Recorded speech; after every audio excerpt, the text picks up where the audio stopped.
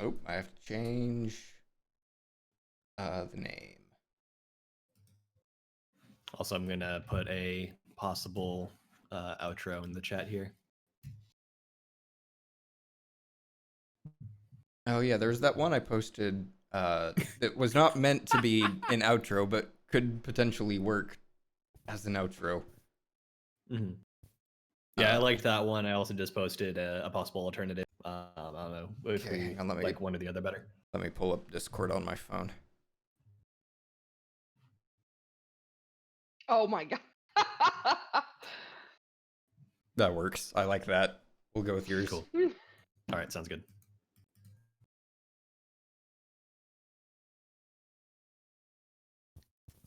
That fucking show. Yep. Uh-huh. Yep.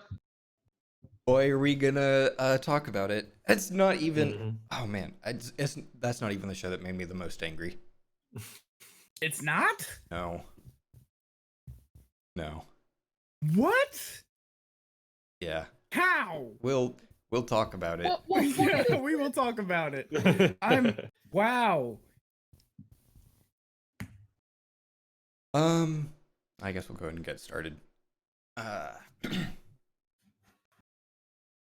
shit, I didn't finish intros. Oh well, okay. Welcome to AniFiles, episode 89, the podcast which finds polynomial time reductions. I'm your host, Ryan. With us today we have Chris. Hello. Dean. Yes. And special guest Libby. Hello. And we're here to talk about some anime. We have a very specific format in which we talk about that anime. And this is that format. This is. AniFiles, proudly not viral.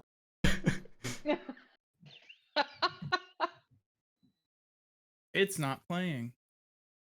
Oh, it's because I turned off that route. Okay. Starting over with the thing. There it is. Here's how the AniFiles rating system works. Our hosts and guests have watched the first episode of the shows we're talking about today. Based on only that first episode, we'll answer 5 yes or no questions. Did the premise interest you? Did the production impress you? Did the storytelling impress you? Did you enjoy the first episode? Did the first episode make you interested to see more? The way we interpret the word impress can make the AniFiles rating system tougher than some. Being decent or merely good won't be enough to stand out, and some of us may have higher standards than others. Each question answered yes earns the show 1 point, adding up to a total between 0 and 5 per host. All of our scores are then combined to derive a cumulative score between 0 and 100%, letting you know at a glance if we collectively liked the show. And now, let's get to our first show. So actually, Standards. we promised last week that we were gonna do this. We're gonna talk about interspecies reviewers a little more. We're gonna let Libby just absolutely rip this show a new one. Oh, yeah. I'm ready for it. So I will say, just to start off, I was at work doing a Saturday shift when y'all were doing that AniFiles cast, and Yeah, I'm sorry. Working on the Yeah. weekend sucks. So I went out and took a vape break, and I saw on my phone that Steven had texted me saying, just so you know, Interspecies Reviewers is going to win this AniFiles episode, and I just responded in all caps, I will drive home and risk being fired.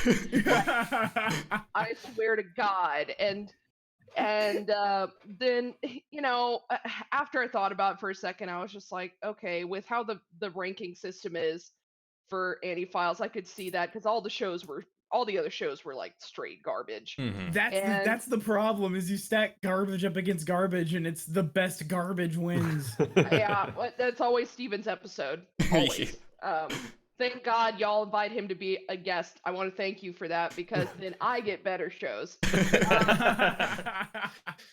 But then after he explained that, I just responded, "Okay, well, enjoy your echo chamber. Bunch of men talking about a misogynistic show. That's cool. Enjoy it."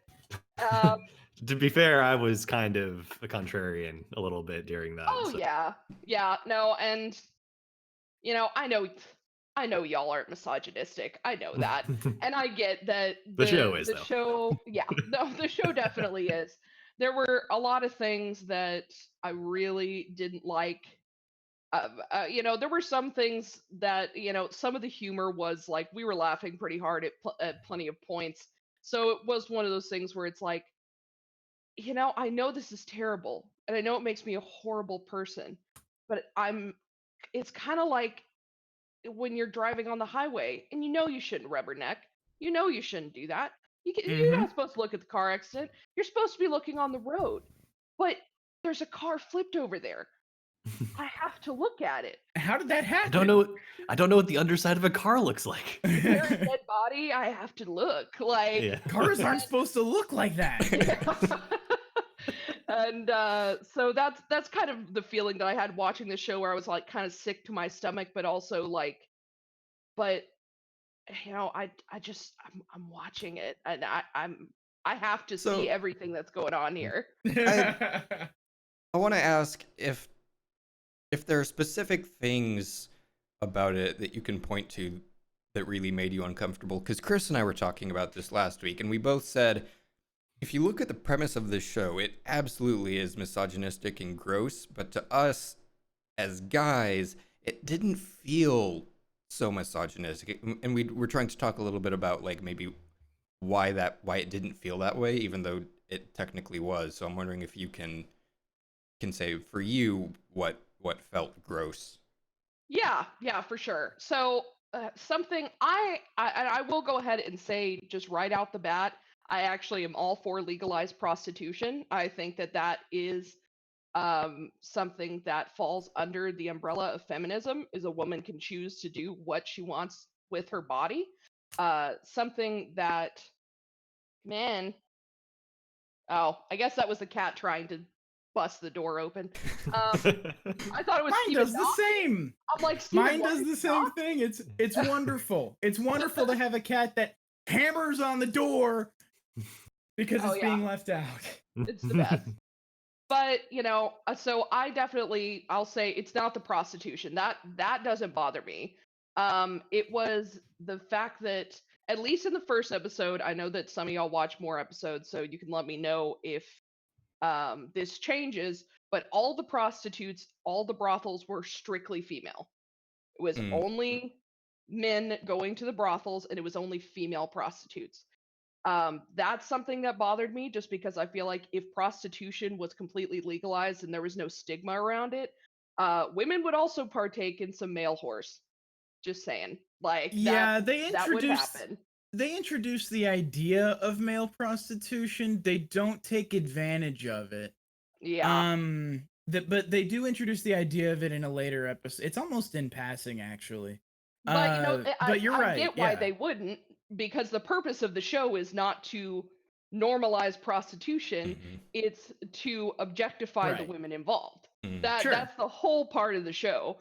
And to me, what really got my stomach turning wasn't just the fact that it was showing only men being interested in the prostitute, which also is offensive to men. It was just like all of them except for the hermaphroditic angel, who also identified as a man, were interested in this. And even I didn't like the fact that the hermaphroditic angel that identified as a man didn't want to be involved in it, and they were just showing that he was only doing it because he was under such intense duress. And if they figured out that he had also a vagina, that they would try to have sex with him. And I'm just like, what? Like that is Yeah.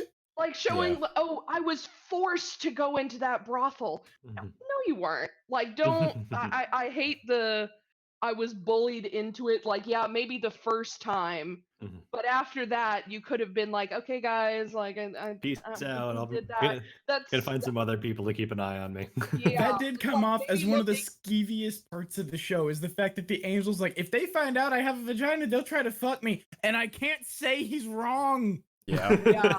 Mhm. Like, with the I way can't- those guys are, it's like, okay, find different friends.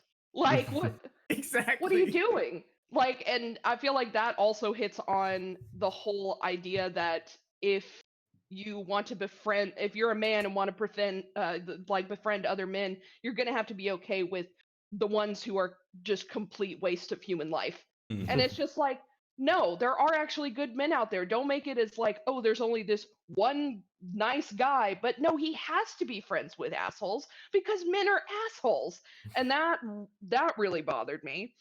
Uh, and so the objectification, it wasn't just something else that really bothered me is the distortions of the prostitutes. They were not people. When they Mhm. showed Mhm. the prostitutes, they were always only focused on the job, not talking normally. They were always had them like on all fours on a bed, like with the sweat glistening and them moaning just because they're about to have sex. And I'm Yeah, just it's all like, pinup shots. Yeah. it's just it was that just really turned my stomach that I was sitting there was just like this could have been, like, to be totally honest, when I heard about it, I was like, okay, like I'm preparing myself. But actually, the thing that really disappointed me is this could have been an enlightening show. Mhm. It could have. They could have turned it on its head. They could have shown like the prostitutes as real women and how they were going through things. It could be about, I would actually be interested in watching a show about a like other world or futuristic society where prostitution is legalized, and how would their lives be? How would people interact with them? Um, Something that was hit on in like Firefly was like the whole companion thing. Mhm. Right. Mhm. Was how if it was normalized, then maybe those people would even start to be respected. They would choose their own clients instead of just taking whatever came along. And so all of this to say that, uh, and of course, the crux of all of this is the numbers, Yeah. the reviews. It's assigning a number to a woman, and then it even adds in assigning a race to a woman as well. That this, I had sex with this one type of woman in this race, and because of that, all of this race is only equated to the number 3. The racial aspects of it really stick out. Like, Yeah. as it's the primary driving force of the show is rating prostitutes of different races. It's a somewhat, it's impossible to ignore how gross that is. Yeah. Uh, outside of just like, well, they had to have a reason to make a hentai, I guess. I don't know, man. It's Yeah. like it's very difficult to ignore that the driving force of the show is racism. Mhm. Yeah. Well, and they try to balance it out by having the barmaid that gets like is annoyed by them and hits them over the head and stuff like that. But that's also something that really annoyed me because I knew that the writers put that in trying to say, "Oh, but we have a female character that we care about and she's cutting them down to size." No, she's not. She's not cutting them down to size. She's being viewed as socially acceptable to assault them because they're pigs. And I will say the only time that that was okay is if they put their hands on her. I'd be like, yeah, I'd hit him across the head too. But you put your hands on me, well, I'll put my hands on you. But that whole thing it's just like that's how women have responded to sexism for so long that you just have to grimace to yourself. It's socially acceptable to slap him across the face, which I also think is a huge problem. Like, not okay to put your hands on anybody. And to me, it was just perpetuating and normalizing a bunch of dudes being really gross and assigning numbers to women, making them solely about a like a sexual act. And I just really didn't like that they were putting that out there as, well, this is just how this society is. And Hmm. there's no real lesson in it. There's just, oh, well, this is the adventures that they go on. And Steven told me about some things that happen in later episodes that I had to eventually be like, just stop. Mhm. Like, you're not going to save this show for me. Everything you say No, it's pisses me Yeah. off there's so no much. there's no any attempt to redeem it is undercut entirely by the fact that it's entirely threadbare porn. Like they can't actually dive into any of these things and focus on them because it's porn. They can't. Mm. That would be like trying to make a porno that explains, yeah, I don't know, Nietzsche or something like that. Like you can't do that because those things are so disparate that you can't focus on one. It's kind of a one or the other proposition when you have 12 episodes of a 30-minute show. So you either lean into the porn aspect of it or you address the social issues. And it seems kind of like that. It seems like there's almost a couple of things that they try to sort of deal with the social issues, but they can't Yeah, give it the time it needs because because the you purpose of also the show isn't to enlighten that. right. That's It's exactly right. like it's about looking and it's about objectifying women. And you know what? If you're gonna do that, just do that. Like, just unapologetically do that. I honestly respect that more than saying, "Oh, yes, we're showing this woman like this, but look at this other tiny thing over here. This Mhm. this makes up for it, right?" No, it absolutely doesn't. Stop trying to make it any other than some than some softcore hentai. Like, It would Mm. it would almost be more honest. Yeah. And Yeah. like I've said the same thing to Steven, that I'm just like, you know what? I would much prefer someone to tell me, well, you deserve to make less because you're a woman and I'm a man and I have to pay for more things, and that's how our society should work, than somebody who says, well, no, I just think that this guy's more qualified, even though y'all have Right. the same qualifications. Like, don't lie to my face. Hmm. Just, I would respect you more if you say, no, you don't deserve it because you're a woman, instead of trying to lie to me or make excuses about it. Like, just accept who you are, don't deny it, and I'll respect you more than if you're trying to make up some stupid excuses. You did make a very interesting point that about the idea that you feel like the angel character feels like they have to be friends with these dicks, right? Yeah. Which is an interesting point that you bring up because it's true that in life, usually, at least in my experience, most of the men and in the experience of other guys who talk about this kind of thing, most men hate that guy. You know, like most men hate the guy that makes women feel uncomfortable around them, and because it's for very good reason, because guys Mhm. don't want women to feel uncomfortable around them. Like we'd like to have if not just talk to women, there is romance involved. We would like to have relations of some kind, intimate or not, with women, and so for most guys hate that guy. And Yeah. it's interesting that you bring up the idea that like this dude feels forced to hang out with these dicks. Yeah. Well, no, especially because I found that to be true among most men I know now. I know a very specific subset of men, nerdy dudes, Right. who were kind of uncomfortable around women their whole lives. Welcome to AniFiles.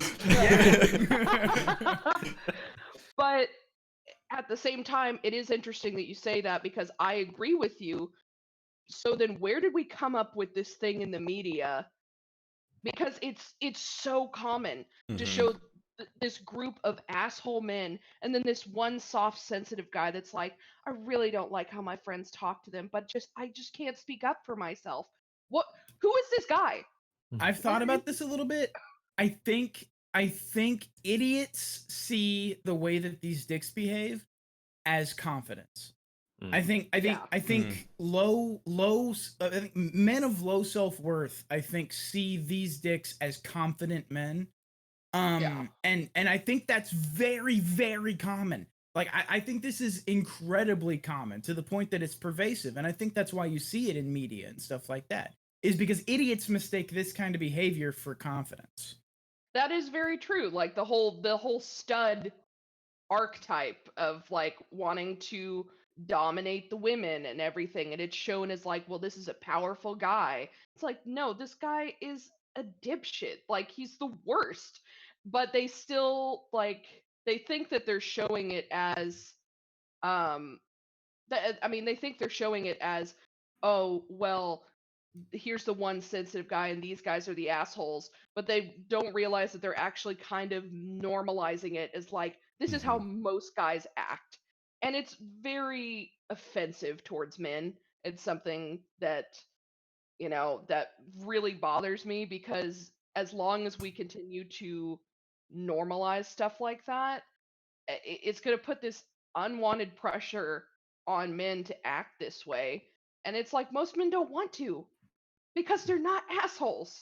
Because believe it or not, media, not all men are assholes, but we have to show it that way. I think it's also to create a dichotomous view on it to show how nice this one guy is. And it's like, you Right. don't have to do that. You don't have to make all the other men around him be the worst because honestly, my thing, I still wouldn't want to go out with that guy because guess what? I would hate all his friends. I don't want to. I don't want to be like, oh, I'm inviting my best friend over. Can we hang out? Hell no, I hate that guy. Yeah. When Steve invites Chris over, I'm like, awesome. Sounds like a great time. Like Chris and I are buds, and that's great. But I mean, I am one of those people that I'm like, I'm sorry if you hang out with a bunch of dicks. As much as you want to ignore it, they are going to rub off on you. And if I can't have a conversation with them, like I'm just gonna get pissed off when we hang out. Anyway, now I'm just rambling, but No, you brought up a lot of really good points that I would like to spend more time on, but I'm kind of pressed for time. So, what were you gonna say, Yeah. Chris? Yeah, I was gonna say very briefly because I think that like you said, right, we could spin off onto a lot of stuff here, but I was reminded of something Libby was talking about, and I didn't. This is a term that we used when I was in college because it's like a little bit more kind of like academic typically, or in kind of like sort of higher end criticism, or not higher end, but the kind of the Higher level. in It's a different level of critique. yeah, than kind of your typical sort of street level, so to speak. I don't know. But Street level the idea critiques. of the the idea of the male gaze is something that we used a lot when I was in college, and I just sort of like stopped hearing it, and so I wasn't thinking in these terms. But it's definitely something that comes through in the show, and it's something that like a lot of times when we talk about fan service, it's actually kind of a result of the male gaze. And so things either written by men or for men, or even sometimes people have talked about how even women sometimes find themselves falling into writing from the male gaze, just because of how pervasive that viewpoint is in media. And for people who aren't familiar with the term, it's essentially it's an idea, especially in feminist critique, that is and I'm gonna totally butcher this definition, so I apologize. But basically, it's the idea of uh, men seeing women a certain way, rather than sort of seeing our women. Yeah, I'm not gonna look up a definition. I'd like It's to the right idea now, of but it's the idea of presenting men as objects of presenting women as objects of male desire in media as opposed to as full human beings with agency in shorthand, yeah, it's also Yeah. a little bit more like it sort of like plays into patriarchy and all this different stuff. But you can definitely tell that this is like, Libby sort of had the idea for a show about like, what if we sort of presented the prostitutes as women and all this different stuff, and that would be a more female gaze and or neutral gaze. I think neutral gaze is actually the thing you want to go for because you don't want yeah. either gender kind of like superior to the other one. But this definitely had a lot of kind of male gaze in the way that they presented them, and like the imagery and stuff like that was clearly a show by men for men. And even to the idea of like kind of the media portraying men as assholes. I think in a way this is more like almost not a power fantasy per se, although it kind of is, but it's more like it's like freeing. It's like we don't have to like this is like the part of my mind that like if I just didn't care, if I let go of like all sort of The lizard propriety, brain, this the is lizard brain part of a man. it's Yeah. like, wouldn't it be nice if we could all just act like this, right? And so, and the kind of like just sort of this show is sort of presenting these characters. It's like, hey, what if the world like, what if we could act this way with no consequences, and the world, and we just sort of like give into our baser instincts or desires, and just kind of like we're more freely talking about this sort of stuff. And there's might be something some nugget deep in there that maybe is like maybe something healthy where it's like, hey, what if we could be more open and honest with our sexuality or whatever else, but not in this context. Yeah, Yeah. being open, but just don't be a dick. Yeah. I'm I all for that. I do think there's room for I do think there's room for different. We get 40 shows a season of just like straight shows, right? So I do think there's room for shows that have different interests. And just like that, I don't mind that this show exists on that level. But I don't think it's free from this kind of critique either. And it's Yep. Everyone can tune into the kind of content that they want, but yeah. doesn't mean that you're free of consequences. Let's have a minute for Ryan to share his thoughts, and then we'll. Thankfully, we just have shorts, so we can just blare through. Okay, this one blows. Next one. I don't really have a whole lot else to say, because if I start talking about anything, then we'll keep going. Spiral for another 20 minutes. Yeah. And so I just wanted to say that Libby pitched the idea of like a sci-fi show about prostitution, and boy, howdy, am I here for that. If you're interested in a show that's kind of like that, but it's not sci-fi, it's actually 1970s, The Deuce on HBO. It's 3 seasons of television. It's and part of the focus of the show is underground prostitution in New York in the 1970s and 80s. And it is fascinating, and it's well done, and it shows sort of there are multiple. It shows the very real multiple sides of prostitution, the people who are in sex work and victims of violence from pimps or what have you, and the people who end up being incredibly successful and et cetera, et cetera. Like The Deuce is great, and if you're interested in a show like that, The Deuce, watch it. I will probably actually check that out, because that is something that really interests me. So the first show that we have to review is Room Camp. Dean, will you tell us about Room Camp? So we have a girl who's in what looks like the storeroom of the Outdoor Activities Club.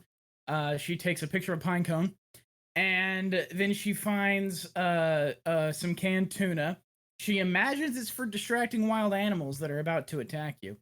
Then it's not. Her friends show up, and one of the friends tells her it's for making oil lamps out of the tuna can of tuna. And then she is made aware through conversation that she's not a real local gal, because she's never been to the stamp rally in which children run around to local businesses and hotspots and get a stamp of that place in a book. And if you get them all, then you get a year's supply of steamed buns. They go to do the stamp thing. The end. Yep. This is I don't remember the second half of that at all. I must have just blacked out.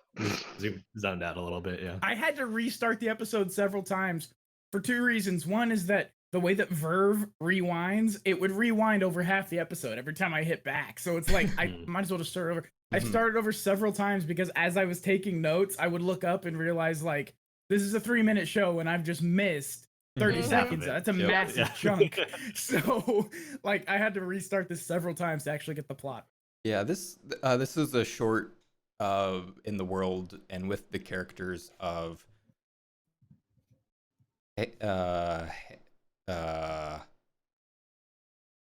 Was it Room Camp? Does it have the same title?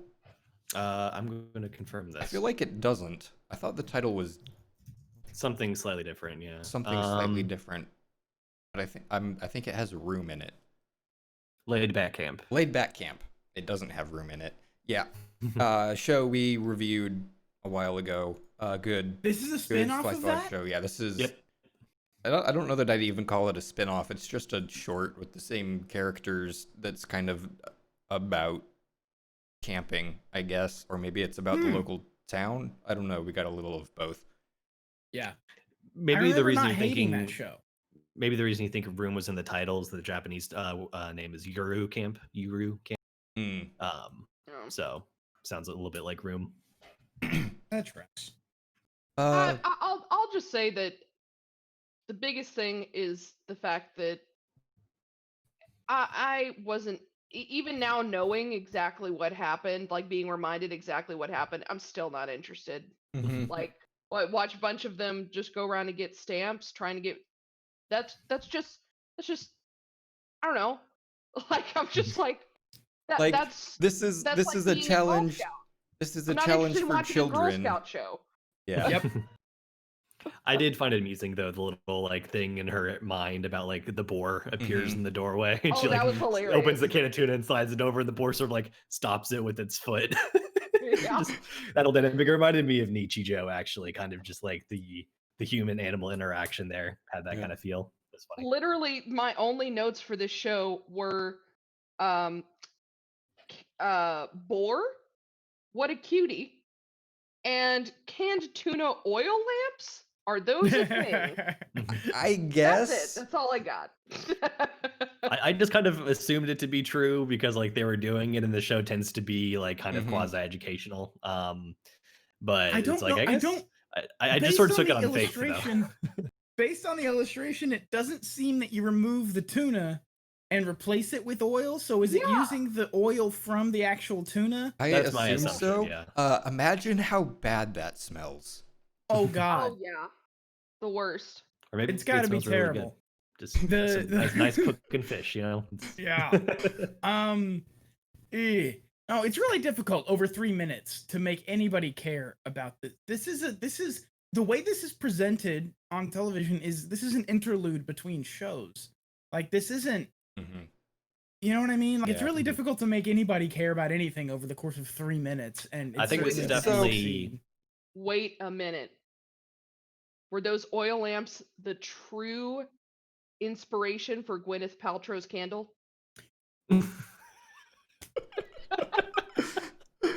Oil lamps that smell like tuna, you mean? Like rotting tuna. Yeah. Like, I would say yes, in my head forever now.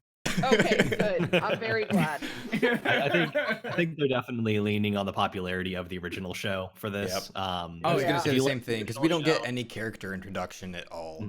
So Which is like, hey, here's this character. I mean, I guess like I alluded to how I enjoyed her little imagination. Like I didn't remember the character that much specifically because I've only seen the first episode, and it's been a very long time now. But it's like I kind of got a sense of like what sort of character she was, right? And so you can find it charming, and so like I think it does have some merits on its own. But then like once you get past like that sort of like little funny bit, and they just start talking about like, hey, let's go collect the stamps or whatever. It's like, okay, like again, like that you guys said you kind of like zoned out for that second half, and so did I, to be honest. So yeah, I think it's definitely leaning on the popularity of the show and the characters, and like, oh, cool, it's more stuff with my favorite peoples. Yep. It's The it's most fun. successful shorts that we see aren't like the serialized short like this. It's the short that has a bit or a gimmick. The more successful shorts that we see are things like Renshi Okoto-chan or Ranshi Okoto-chan or Powerful the Thighs or Haiku Girl. Senryu. Right. Senryu Girl. Yeah. Sinru Girl. There was also the one that I still enjoy of the one that's just Love is like a cocktail.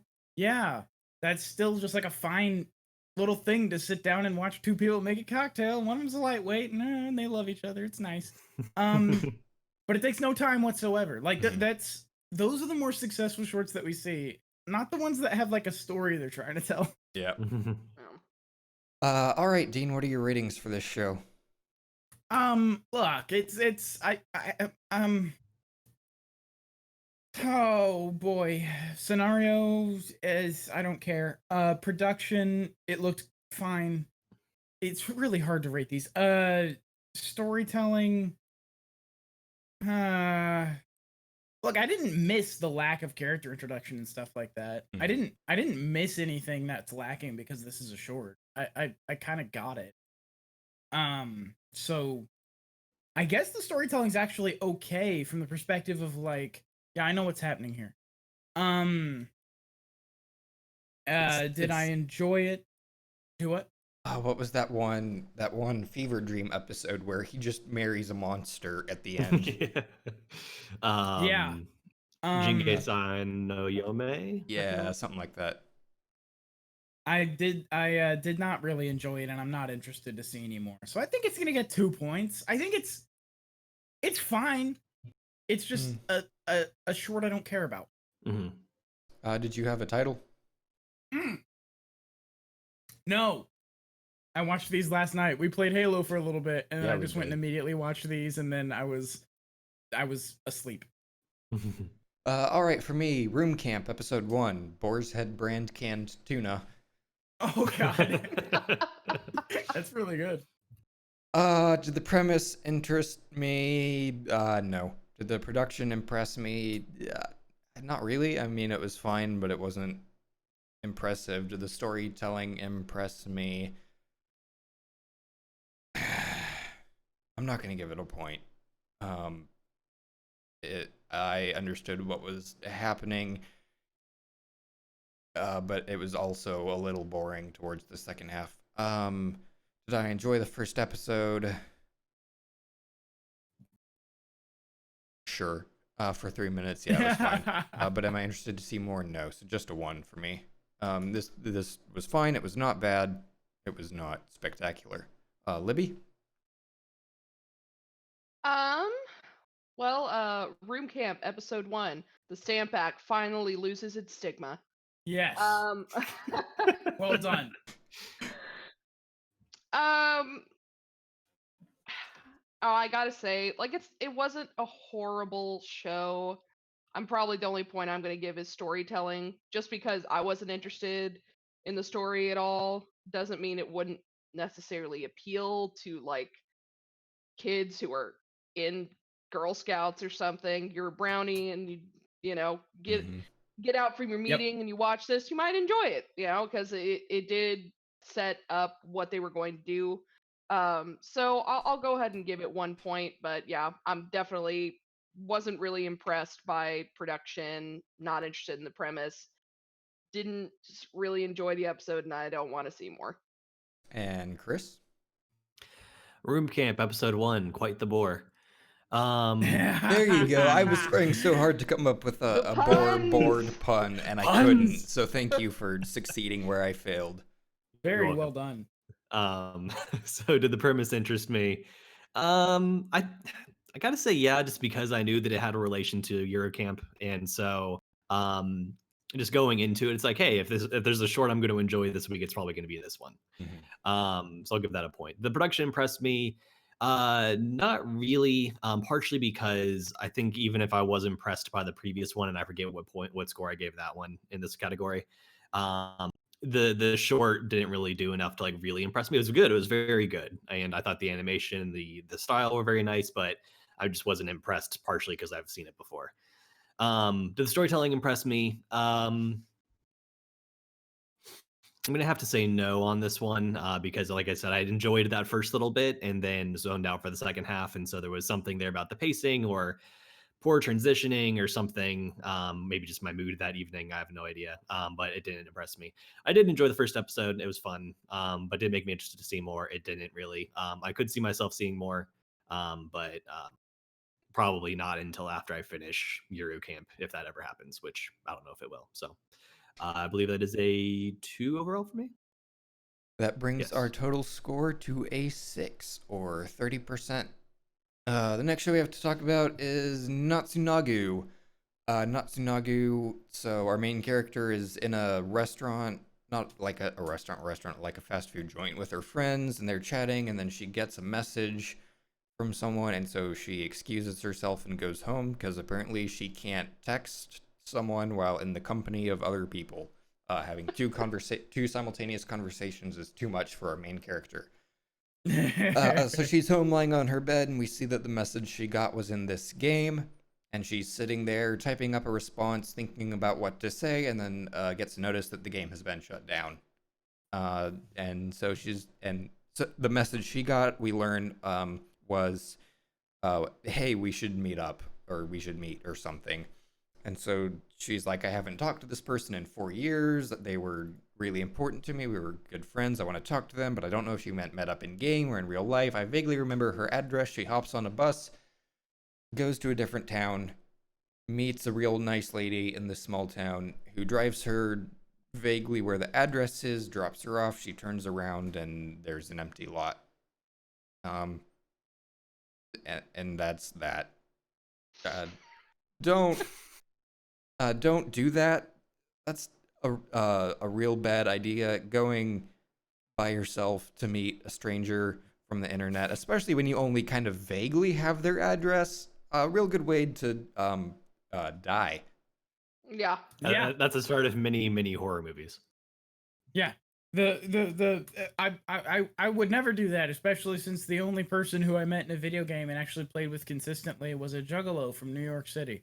So that was that's not a person that I'm gonna hop on a bus to go meet. No offense to that person, but like I don't know you, dude. Now there are also magnets. How do they work? It's relatively explained. Magnets are. It's a thing that exists. We kind of relatively know how they work. The way magnetism affects other things is a little difficult to figure out, but magnets we understand. I want to take it in the spirit of the song. I think they mean it's like even if we technically understand the scientific like processes behind magnets, we're just in awe at the phenomenon that is magnets. That's fair. The phenomenon that is magnets. Anyway. This show it existed, man. Yeah. Yeah. It sure did that. It's very pretty. It is quite pretty. Not a whole lot of movement in the animation, but I like the style a lot. Sorry, Chris, continue. No worries. I didn't want to interrupt. We went into this knowing just because I recalled from our bracket drawing at the very beginning of the season that this was a show about earthquake recovery stories and stuff like that. But they only barely alluded to that with the news report, kind of like talking about like, oh yeah, the earthquake that happened this long ago, this repairs just finished on this temple or whatever, and it cost this much money. So like that's actually kind of what like reminded me that like this was the show that was. But if I didn't have that prior knowledge going into it, I would have no idea what the show's about. I would think it was just about someone trying to go meet a friend they found on the internet. And so like, kind of like to sort of preview my ratings here, it's like the premise on paper is actually interesting to me. The premise that the show presents, if I didn't have that premise, I would have absolutely no clue. Yeah. I actually I didn't remember that. I hadn't put that together that this was the one about earthquakes. So I'm glad you pointed that out. Anything else, or should we just get into ratings? As well. Most of what I'm going to talk about, I'll hit on in that.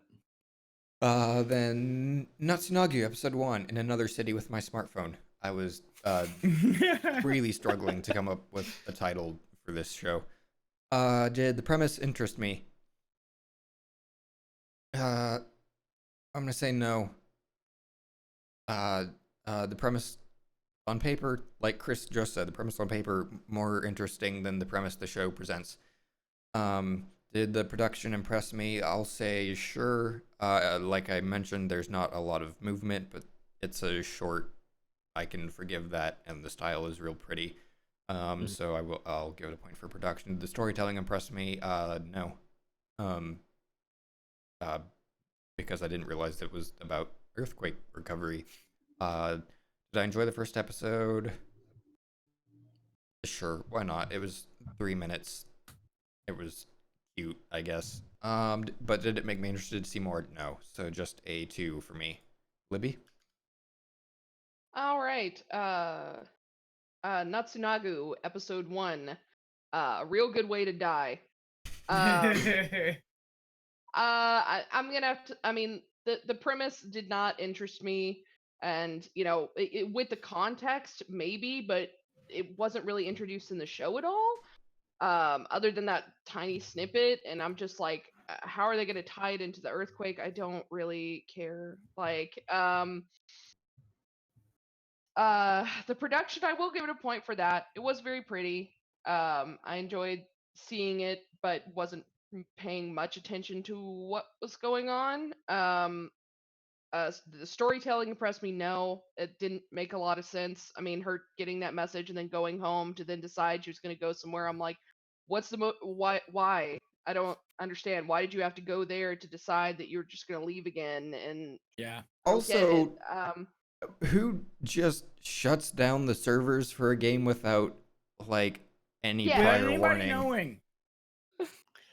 Someone- You would have gotten understand as soon as you logged in, the chat would have said server will be shutting down in X amount of time. Like Yeah. as It's like you don't even like I'm a professional who actually works on an online game.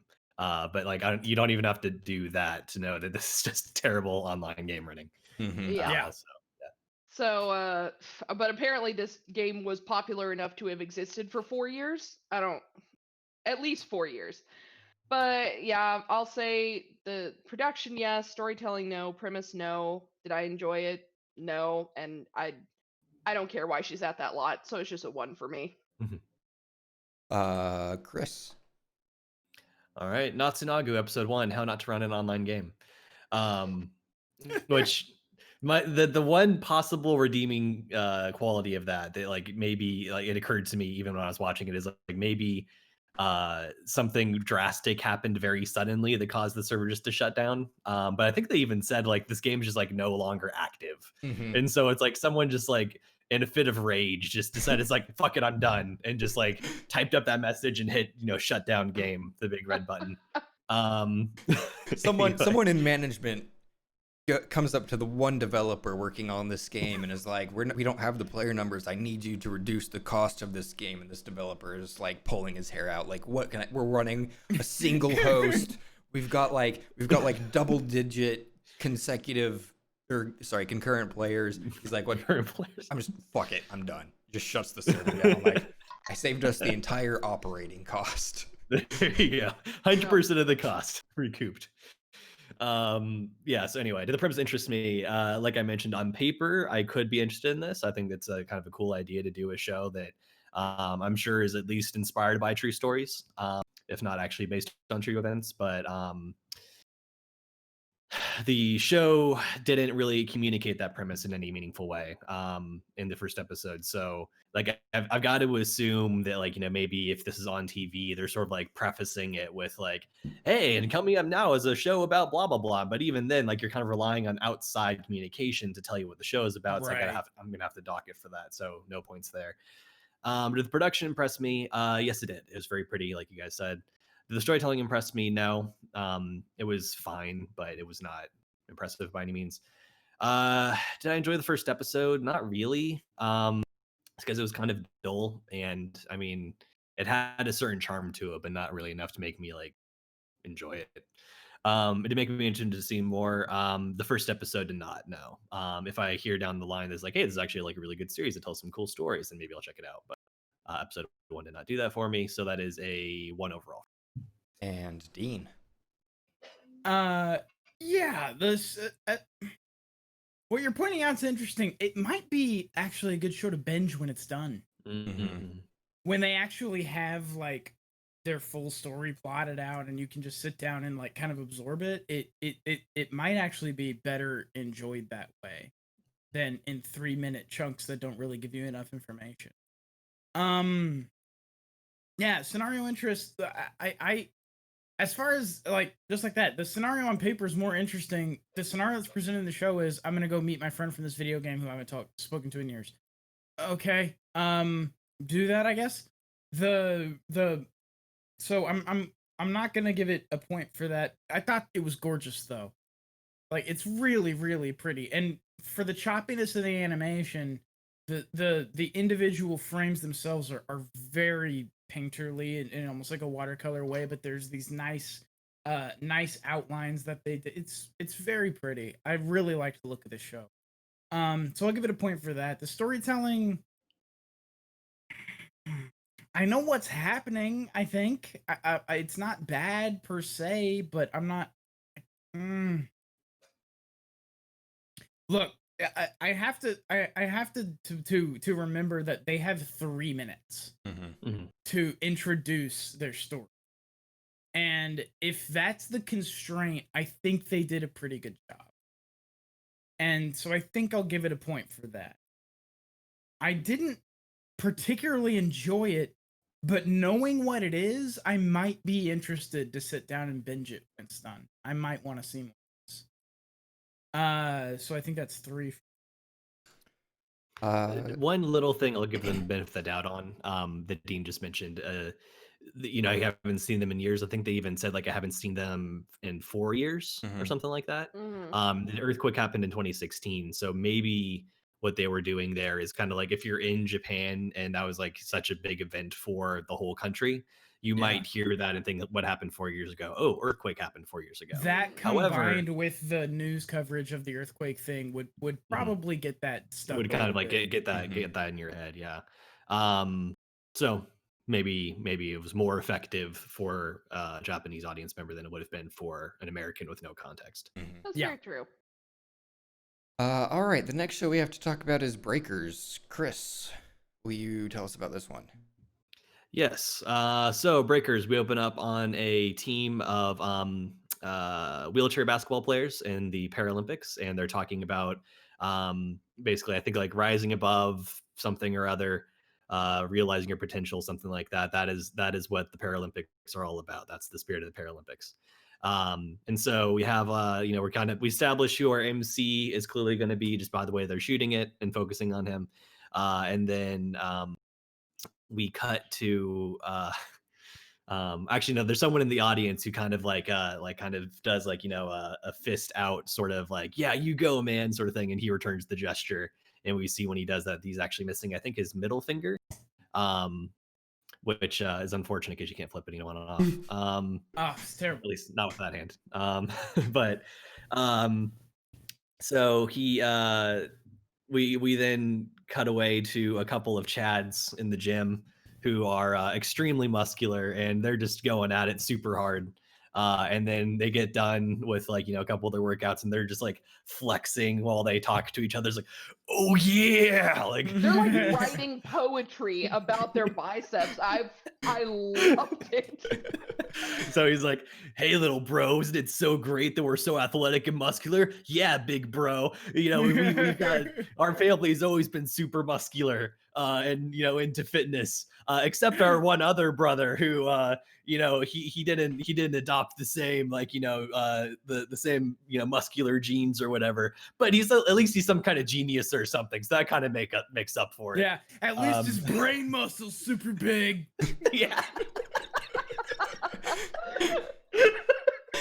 So we cut then to this person they were talking about, and he's kind of like in this like sci-fi computer room. He's like wearing a visor that like kind of looks like a more slick HoloLens.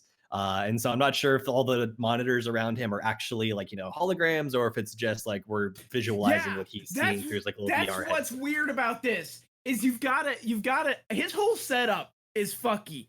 You've got your eyes covered by this, like it looks like a HoloLens kind of, and you have the rings on your fingers that are obviously designed to pick up the movements of your fingers and then move the screens accordingly. Very, it's Iron Man screens, and so you've got all this stuff going on, but I don't know why are your eyes covered if you have Iron Man screens, and if you don't have Iron Man screens, why are you wearing the ring things, and why are you doing all of the stuff? My headcanon is he's just sitting in the dark room with a headset on, and that he's like, if we just sort of showed the true to life shot. Yeah, just like, well, no, you got like the little ball bot, but it just clearly looks like a toy, and then it's just like him in a dark room with like that little robot in a stand, and then he's just going. like watching people use VR or AR IRL. Yeah. But anyway, so he's the robot, I think, is asking, it's like, hey, why aren't you at the Paralympics? I'm sure that the guy that he's watching there would love to be watched or supported by the person who helped him the most or whatever, which is implicitly this guy. And he's like, look, man, all I care about is unlocking people's potential. And so then we like flash back to the beginning of our story. We're gonna follow the story of how our MC got to the Paralympics, and we see that he's getting scouted out by VR Man. And he's got apparently like really great form. Like they have a video of him playing dodgeball, which, like, why are you scouting people playing dodgeball at a high school? But where did you get this footage, sir? Because he's looking for potential. he's looking everywhere for potential. Which I guess, like, you could probably, I don't know if this is something they would keep on the records, but like I guess you could in theory like look up schools with students who are like registered as being like handicapped in some way, and then It also looked like track them creepy satellite video. Yeah, it did. Like, It was like candid camera sort of stuff. He just like went into Google Earth looking for children, and This dude is like tapped into NSA live feeds of satellites, and he's just like zooming in on children on playgrounds. Probably worth mentioning, this show is the last couple were 3-minute shorts. This one's a 7-minute shorts. They have a little bit more time to develop things. Yeah. Were you gonna say something, Aaron? Sorry. no. Okay. So he finds this kid. He seems to have potential, and we see that he's rather athletic despite having 2 prosthetic legs that he's very very good at using. And so he sort of shows up at a I guess like maybe his brother's or his friend's basketball practice, and these are normally abled kids. I don't know if that's even, I'm trying not to be ableist, so I apologize if that's not a good term to use. Able-bodied is probably the preferred nomenclature. And so they're doing practice, and he's really good at it, and our MC is like really excited to be watching it. And then like when it gets done, he passes him the ball and he catches it, and our MC shoots it, and doesn't quite go in, but it was very close. And so the guy's like praising him. It's like, actually, that's a really good shot. And he looks like really depressed, despite like it literally just like rolled in and out of the rim. Like it was a good shot. Yeah, it literally was a good shot, "Hey, especially son." from how far away he was. That was a 3-point shot, and he almost sunk it. That's better than I would do at basketball. And so he is like feeling a little bit down, and then our VR man like pushes the door open, and like we get like this like backlit silhouetted shot of like him standing, and then like what looks almost like a gang of people in wheelchairs, just so like they're kind of like all like at his like stomach level, and he's like standing there, and it like looks like some sort of like, me and my boys, we rolling up on this. And then we like cut to the outside, and they just start rolling in because like, hey, we're gonna use this court to practice now. Well, they tell him he's in the way. So like he wasn't even with them. He just opened the door, and they came up behind him. We get the silhouette shot, and the guys in the wheelchairs are like, "You're in the way, dude." Excuse us, we're trying to get in here. Get off the court, man. He opens the door, and he's like, "Hey kid, let me preach to you about how cool wheelchair basketball is," with this team, with the wheelchair basketball team behind him. And we're led to believe that it's just like a coincidence that they're there and not with him. And so then our kid who plays basketball and has no legs and goes to this school and like watches basketball, and presumably because there are multiple handicapped people at this school, understands that this is like a school for handicapped, and handicapped sports happen here. Is doesn't know what wheelchair basketball is. Yeah. Or maybe Yeah. he'd heard of it before but never actually seen it. So he gets to sort of like see it firsthand, and he's very impressed. And they're like, "Hey, do you want to give it a shot?" And I guess they just happen to have a spare wheelchair there, which I guess can make some sense in case like one breaks, you want to be able to train. No, our dude But who's he, obsessed with potential went over and knocked one handicapped guy out of his wheelchair to bring it over to our main character and be like, "Sit in this wheelchair." so our character straps in, and like he tries moving around. It's like, oh wow, it's super light. Like I can like spin really quickly in this, and it takes a little while to kind of get used to moving it. And he tries shooting, and he realizes that because you're lower down, like you have to like have a really powerful shot to still get the same height. And so like basically just kind of like a little brief introduction to wheelchair basketball, and then he decides, you know what, I think I might want to try this out. This might be a cool thing for me to do. And so our He VR man says is like, exactly. He says, "I wonder if I would get better with practice." the answer is The yes. answer is yes, you would get better with practice. That's what That's practice how is. all of life works. Yeah, that's And our- exactly how practice works. Our And VR so- man says, you've got so much potential. You got all the potential in the world. Now it's just a matter of will. It's like, yes, that is how getting better at things works. You put in Yes. time and effort, and eventually you improve. Hopefully. So I mean, there are two schools of thought. One is the like the one that we all take, which is like you get better with practice. You work towards being good to something. And then there's the other one, which is like natural ability, talent, or potential, which is what the show seems to take. And now, normally, reasonable people fall, on one side or the other of that line. But we kind of agree that it's a little of both, and it's just how Yeah, much of one or the other. But this show is balls to the wall. The only thing that matters is your potential, the natural talent you were born with. Like, I don't know. I think You're unlocking the it fact that he in said it's just a ways. matter of will kind of says to me that it is more practice. I think maybe if anything, it's kind of straddling the line and saying, like you said, it's a little bit of both. It's like people with natural talent can be decent with very little effort. People who with like no natural talent can be decent with a lot of effort. People with both can, like, if they have the talent and the potential and like they keep practicing and all that different stuff, then they can sort of reach the highest heights. And I also don't some know. people will just always suck at a thing, no matter how much they try. Like, Yeah.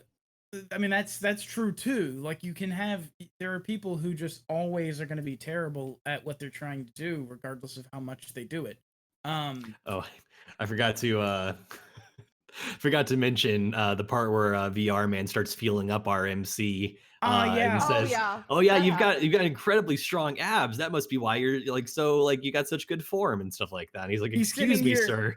touching what is probably an 8th grade or so child's stomach, and like, oof. And the ball comes in, and the ball robot's like, "You look suspicious." 'Cause he looks a little more than suspicious. Yeah. Yeah. This is not what. Also, his I think his left hand. It's hard to tell for sure exactly what's up with it because they kind of have an inconsistent. Like he goes off model sometimes, different distances. But I think Yeah. some of the close-up shots, it kind of imply that he's only got like a finger and a thumb on his left hand. He has it's a not uncommon birth Mhm. defect for people who have those physiological birth defects where he's got 2 fingers on one hand, he's missing a finger on the other hand, and no legs. Like that's sort of the way that they've presented him, which is again not uncommon among people who actually have those defects. That's a thing that happens. I'm sorry. We were talking before we started the podcast that Science Fell in Love was not the show that made me the most angry. This one was. Really? Yeah, because I'm this show, feeling it might be. Yeah. it's so incredibly tone deaf. Like this show, the tone of this show literally is, "Oh, your able-bodied, smart savior, am going to allow you disabled person to do things almost like a normal human." And I think there actually is a line at the very beginning of the show, or no, it's when our sciencey boy is watching the footage and he sees our main character playing dodgeball, and he's like, his form is so good, it's like he's almost normal. Like, is Ugh, yeah. literally a line in this show. Like this entire show reeks of, oh, we're so forward thinking. We think that, the handicapped are almost human. It had a weird. That's exactly the way it feels. I think, to your point, I think it was trying to go for kind of the message of like, like let's celebrate the people who are able to like, kind of go beyond. I think Breakers, the title is probably a reference to like, breaking through the barriers or something like that, or breaking The the way limits that or like whatever. the cover text that we read when we drew this made it seem like it put it in the context of like a limit breaker in an RPG. Like it put it in that context, and which is actually a relatively, it's kind of a clever context to put para athletics in that sort of thing. Like, it's limit breaking. It's taking this idea that you're handicapped or you can't do a thing, and it's doing it anyway and doing it well. Which it's an interesting way to contextualize that, but the way they present it is so. It's like they definitely, I think they intended to, and I definitely got the feeling through a lot of it. They were trying to just celebrate this, and this is awesome, right? But then, to your point, it does kind of have some weirdness to it. They really want to. It's like they really want to show that they're like super proud of para athletes, but they don't know how to do it. And here's my thing. So here was my take on it. I'll be totally honest. The moment that I saw the main character, I was like, "Oh my god, he has 4 fingers, just like me." Like, so that hit my little child heart. I was just like, "Oh, that's so cool. And he can play basketball. That's so awesome." And I don't even have a serious, disability, but I had a very different take on this. It may have been because of my bias as someone who grew up with an abnormality. But I actually think that they were setting up the coach to be squashed into the ground later in the show, because the way that they presented was very different than like the way the guy was talking about it. It was all about his ego and I want to make the technology to so that I'm thought of as this really cool, giving person, and they were hitting on that very much. I think they were making the coach the bad guy, which they were supposed to.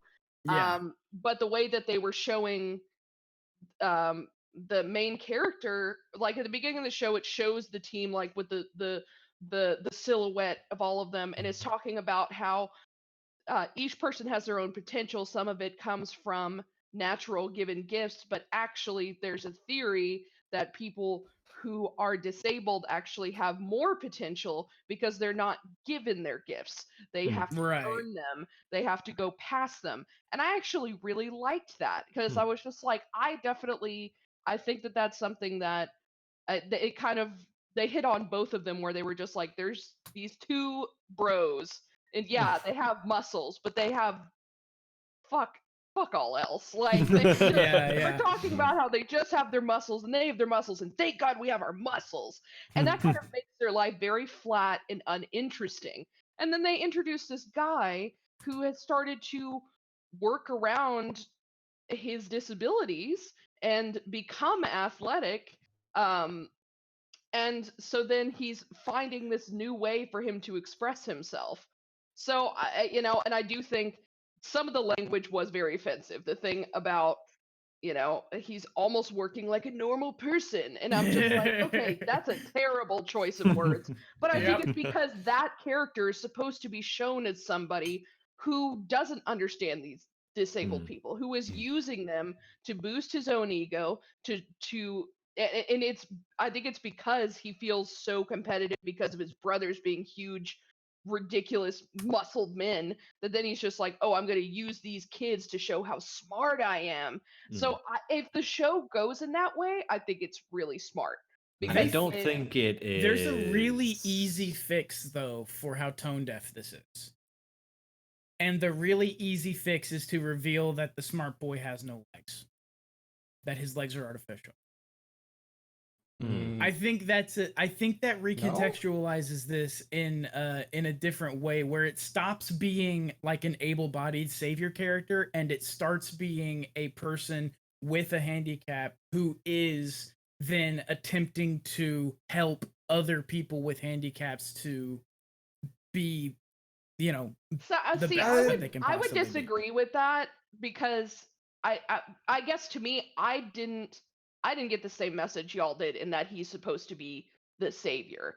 I think I that didn't get that feeling either when I was watching I it. got But him as a bad guy. So I feel like if they showed that, they would kind of be doing that hey, the lesson is disabled people can be shitty people too. And I'm just Yeah. like, okay. Okay, see, that's I got it more. The But I see tone your that I got point. from him was more that like he was kind of almost like a white savior complex, but for disability. Like that's kind of the tone that I got from that. I If can the see read is that. different, then my fix doesn't make sense.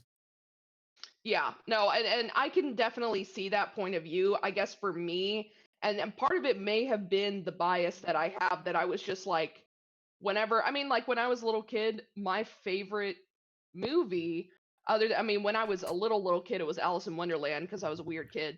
But after that, it was Finding Nemo because he had a lucky fin. And I started calling my hand a lucky fin. And I was just like so excited about that. And so I guess that this kind of hit on that little part of me that, I don't really have issues with having four fingers now. But my childhood, like a Oh, lot, you sure. need, like, kids are just the worst. Yep. Yeah. Like, kids are cruel. Yes. and so like I guess it was nice to see this kid find something where he could unlock something that he could do better than these basketball players, because we put an able-bodied person in a wheelchair. I was in a play where I had to do that. Shit's hard. It's hard to move around in a wheelchair, let alone spin and crash into other people and throw basketballs. Yeah. What, are you kidding me? I couldn't do that. And there's plenty of professional athletes who couldn't either, but these kids can because it works with what they have. And they're unlocking that extra potential by being like, "Hey, this is what I've got, so I'm going to make the most of it." But I do think there's definitely portions that could have been delivered a lot better. But I will say that the storytelling and everything got me hooked a lot more, especially seeing like him. So the able-bodied guy that would let him do the 3-point shot, they did say that he was his brother. Okay. And so he was like just looking at him so longingly, like, I just want to be like my brother, like I just want to like play basketball and do really well and everything. And so I don't know, The like, I line guess where he's like, "Have you thought that maybe you can be not your brother?" It's like, Yeah. Oh yeah.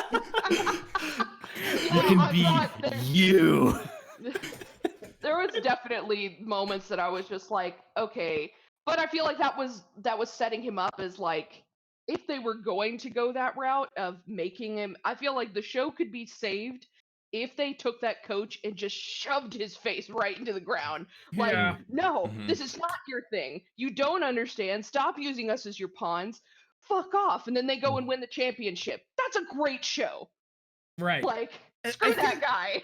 And I think feel like part of that's the probably reason- not the direction they're going, just because at the very beginning they have the references like, "Oh, the beloved coach, why aren't you there watching your person?" He's like, Yeah. "It's Right. all right. He's just fulfilling his potential. I just unlocked his potential, or I showed him his potential, and he worked hard and he did it."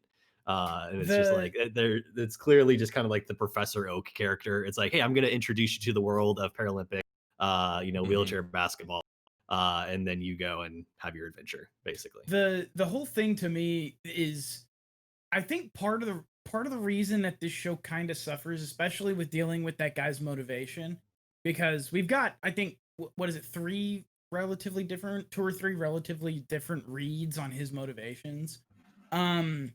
I think part of the reason the show suffers in that way is because it's a short. This show is actually a candidate for getting full length stuff and actually being able to pace things out properly and tell the story in a way with more context, because it's severely lacking in that as an 8-minute show.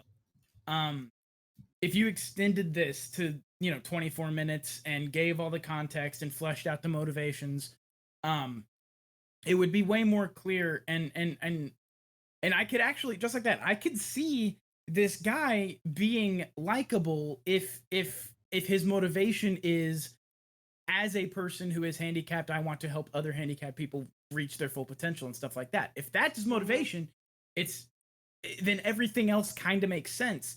If his motivation is I'm an egotist who wants to play Messiah with handicapped people, he's a dick.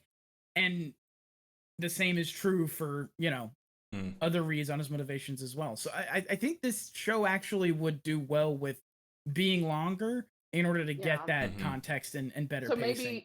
Maybe this plot and this subject matter wasn't really appropriate for a short. Yeah. It wasn't For an 8-minute show. Really, because that makes a lot of sense with what you were saying. Because when we came into this, I was just like, well, I know what my favorite show was, and it was Breakers, and that's because I was ready for that coach to like get slammed into the ground. Fuck you! And then as y'all were talking, I was like, yeah, I could see how it came off that way. Yeah, I could see how it came off that way. Oh, this wasn't very clear. Like, no, it was we didn't not. really know what was going on. And also It's a probably worth show. mentioning too that it's I'm sure it's perfectly possible for an able-bodied person to like be a coach of a, say a wheelchair basketball team and like just be like a good person who is just like it doesn't even matter, right? These are all just people. Yeah. And so it's like, hey, I just happen to be the coach of this team and I'm not handicapped, but it's like it's also not like a savior complex. I think the issue that we're coming up with this here is the way this character is presented felt tone deaf. Yeah. And not just like a normal like good-willed person doing stuff. Yeah. I think it suffers because of its length. I think it definitely does. And frankly, look, if this thing were better paced and if it was this could be a really cool show. Yeah. This is depending on where that coach was coming from. Yep. Right. Yeah. That's what all hangs in the balance. Yep. What's the motivation behind this guy? All right. Chris, will you give us your ratings for this show? Yes, Breakers episode 1. Why don't you take a seat? God. I apologize. Very nice. You didn't need to apologize until right then. Well done. Sorry. To be clear, that's not me. That's the coach character. Okay, anyway, so did the premise interest me? Not inherently. I think it is a cool premise. It's just not one, like, I'm not super into sports anime in general, and this isn't the thing that's going to turn me into a fan of sports anime. Especially because it kind of like the whole presentation had kind of a for kids sort of vibe to it. It definitely felt like, I don't know. And it's especially with the Olympics coming up, which rip the Olympics with COVID. Oh God. But I think you mean SARS-CoV. Oh God, I hate it. It's such a terrible name. COVID-19 is a good name. Anyway, so yeah, it's like the Olympics are coming up. That also means the Paralympics are coming up, and so we're gonna do a show about Paralympic athletes. That's neat. But it also seems like it's for kids, and so it didn't really strike me. The production impressed me. It was not bad, but for exactly that same reason, is kind of like that sort of especially cartoony. I mean, like all anime is cartoons, but this just kind of like really felt like a kid's show. So no, it didn't really impress me. Did the storytelling impress me? No. It was fine, but no. Did I enjoy the first episode? I'll give it a yeah. It was fine. It's kind of neat. Did the first episode make me interested to see more? It did not really, unfortunately. So just a 1 overall for me. Dean? Yeah. This show, as far as scenario interest goes, I'm gonna say yes, because it's like I'm not the biggest fan of sports anime. The thing that gets me into something that's a sports or a club show is character stuff, and I think that this is ripe for a ton of character moments and growth and excellent characters in the actual show. I think that there's a lot of potential here for that. I hate saying the word potential now. Yeah. I'm gonna say scenario interest, yes. Production, it was okay. It was there was nothing that stuck out about it as being amazing as far as production's concerned. The storytelling, this is where I run into a problem, because I know that this could be really cool, but the pacing issues in this episode, the lack of context, the way that it was presented kind of undercut all of that. I I really do think this thing suffers from being a short. This needs full-length episodes in order to actually flesh things out in the way they deserve to be fleshed out. So I'm not gonna be able to give it a point for that. That said, I did enjoy it, and the show I'm interested to see more of is the full-length one with all the stuff that I want, like with all of the clear motivations and actual character, explanations and things like that. That's the show I'm interested to see more of. This show, not really in the way that it is now. I think the decision to make this show a short hurt it. I think it really, really hurt. All right, for me, Breakers, episode 1, mass times gravity times height. That's the equation for potential kinetic energy. Oh my god, potential. I like it. Did the premise interest me? Not really. Same as Chris. It's an interesting twist on a sports show, but I don't really care about sports shows. Did the production impress me? No. Again, it was fine.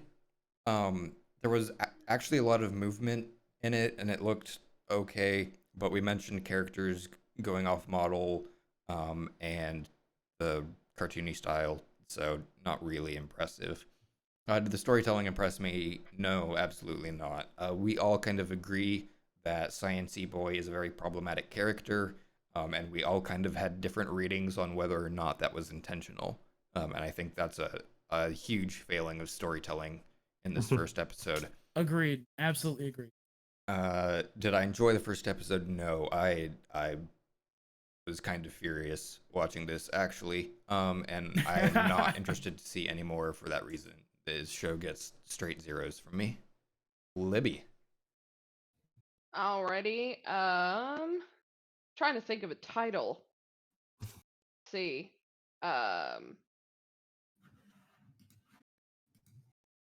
Breakers, episode 1. The potential to be an asshole. Hey. So, the premise did interest me. I think it's, I don't like hitting on the fact that I have 4 fingers just because I'm just like, I know that that's a very minor disability to have. I don't even call it a disability, but I think that did immediately be like, oh, people who are, differently abled. I'm interested in that just because, I haven't had a ton of issues with it, but, that's why I quit piano, because the books were numbered by the finger and I was having to go through and cross all of them out and rewrite it and just bullshit, and I quit. But that's the extent. But it interested me because of that. But if that's something that it's only going to interest people who are disabled, then that may not be a great premise to have. So just because then you're not going to have enough viewership. But or then kind of like the sort of inverse thing of like, we're going to make a show about like how cool disabled people are, for the people who are like, I am fascinated by this concept as an able-bodied person, like that sort of thing, which is like also it kind of like then you're and I think that's the reason why it has such kind of like a kid show tone to it, is that it's trying to like kind of not, I don't know. It's kind of like not confronting, I think, the concern that one would have about being like condescending with its premise. Oh yeah, by absolutely. being like just too sterile and I don't know.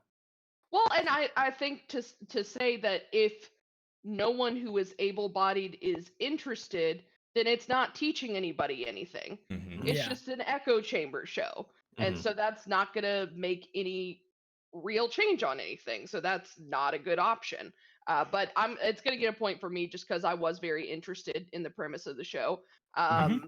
Did the production impress me? No. There were several times where it was kind of choppy, or that's actually something that I saw was just like, he had 4 fingers on the other hand. Why did it switch? Like, I actually saw that one thing, and I was just like, maybe they animated a shot and thought it would look better reversed or something like that. Yeah, with the way I'm just that, like, yeah. you know, if you're going to show a disabled person, don't just be like, oh, I'm just going to throw this on the other hand. Not a Yeah. problem. Details. So that's going to be a no for me. For the storytelling, I was going to give it a point for this, but now I feel like I can't. After talking about it, I'm just like, I didn't realize how divided it was in terms of telling the story, and I feel like that's a big letdown. Did I enjoy the first episode? Yes, I will have to say that I did. Did the first episode interest me enough to see more? I'm going to go ahead and say yes, actually, because we had such different perspectives on that one character that I'm just like, okay, now I'm super intrigued. Who is this guy? Why is he doing what he's doing? Are they going to do this the right way? Are they going to do it the wrong way? So it's going to go ahead and get 3 for me. The morbid curiosity. Yeah. Yeah. Yeah. I would be interested to see how they handle him moving forward. Yeah. But that being said, if I get to an episode where I realize where they're going to go and it's a place that's shitty, I'm turning it off immediately. Yeah. Nothing wrong with that. That brings our total score for this show to a 6, or 30%. That is 3/5 of the shows we have to talk about. Shall we take a quick break? Sounds good. All right. Listeners, we'll be right back.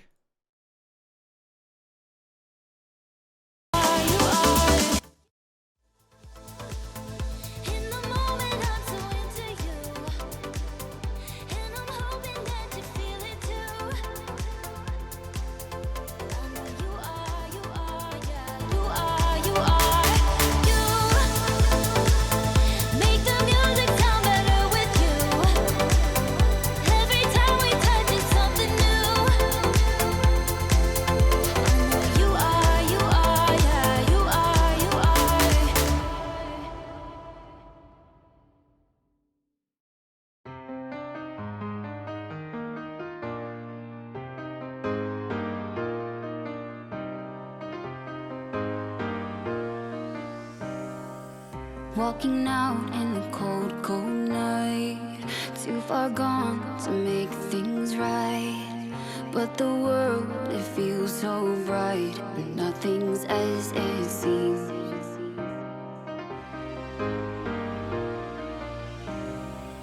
I knew we'd be here again, another day on another plane.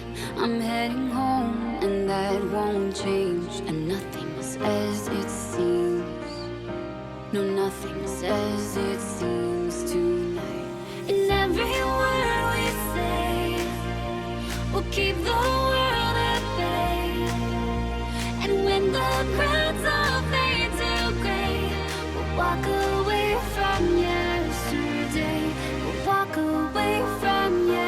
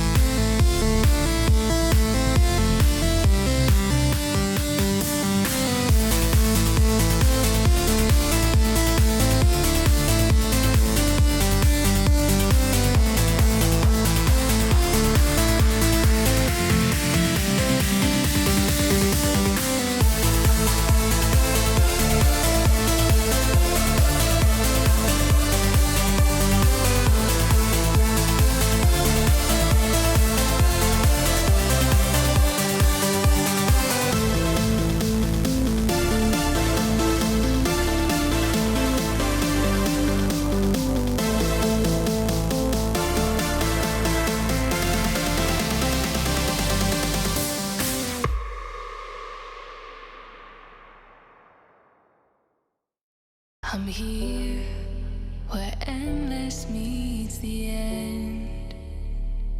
Do you see me? I'm hidden here again. Your whispers found its way, calling me to stay.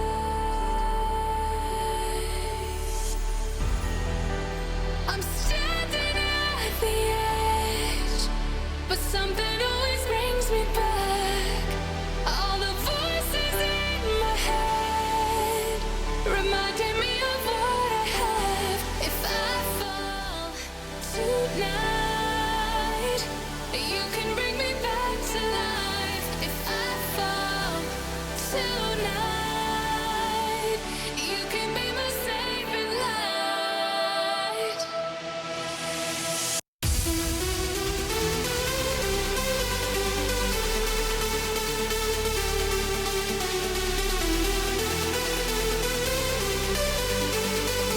You can be my saving light. Okay. We're back. And the next show we have to talk about is Rebirth. Dean, Must we? Yeah. I realize this sure. is asking too much, but can you attempt to tell us what this show is about? Oh man. So this is a really complex show. Rebirth is about a trading card game that everybody plays called Rebirth, and everybody plays it. Do what? Like, literally everybody seems to play Literally this card everybody. game in this world. Heads They, of state. they have like a shot of like Trump holding up his cards. Yeah. Heads of state, religious leaders. Literally everybody plays this game. Especially the chibi looking chicks who are the stars of our show. And so they're sitting around a table talking about the game. One of them bought a bunch of shit because she thought it was going to be lucky, and the other girls are mad at her because that's dumb.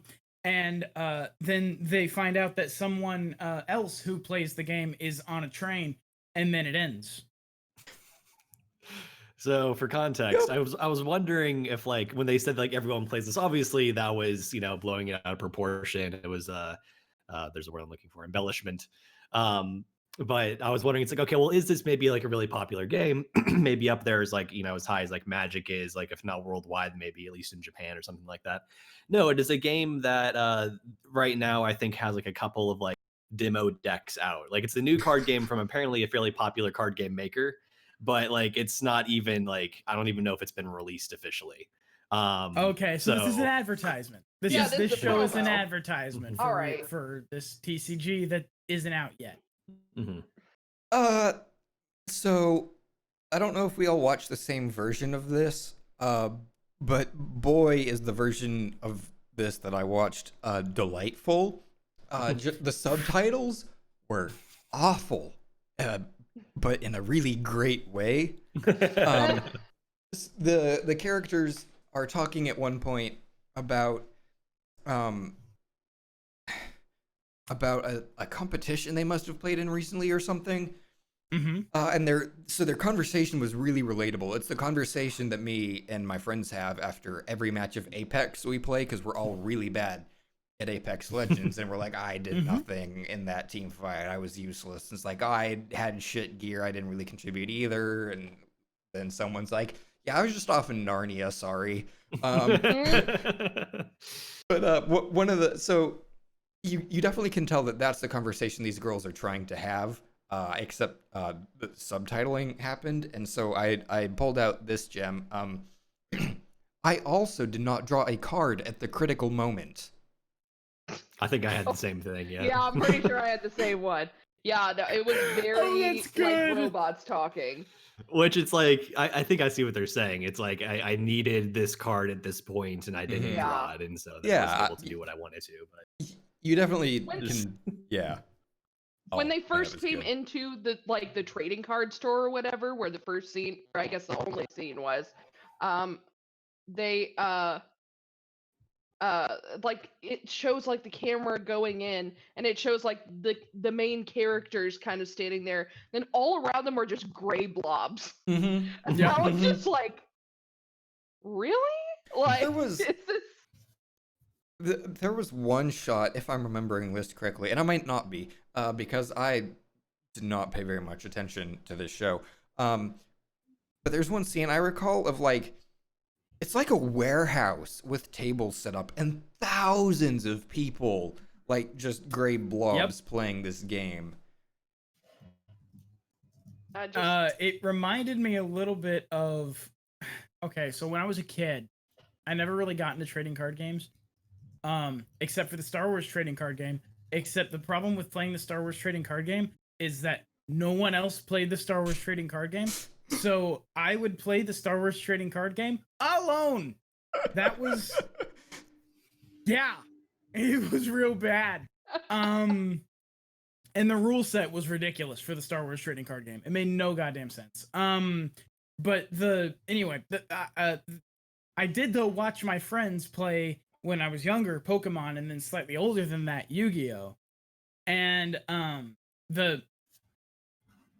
boy, I can't tell you how much I really don't care about trading card games. like on this level of like watching a show that's a commercial for a trading card game. Man, it's not great.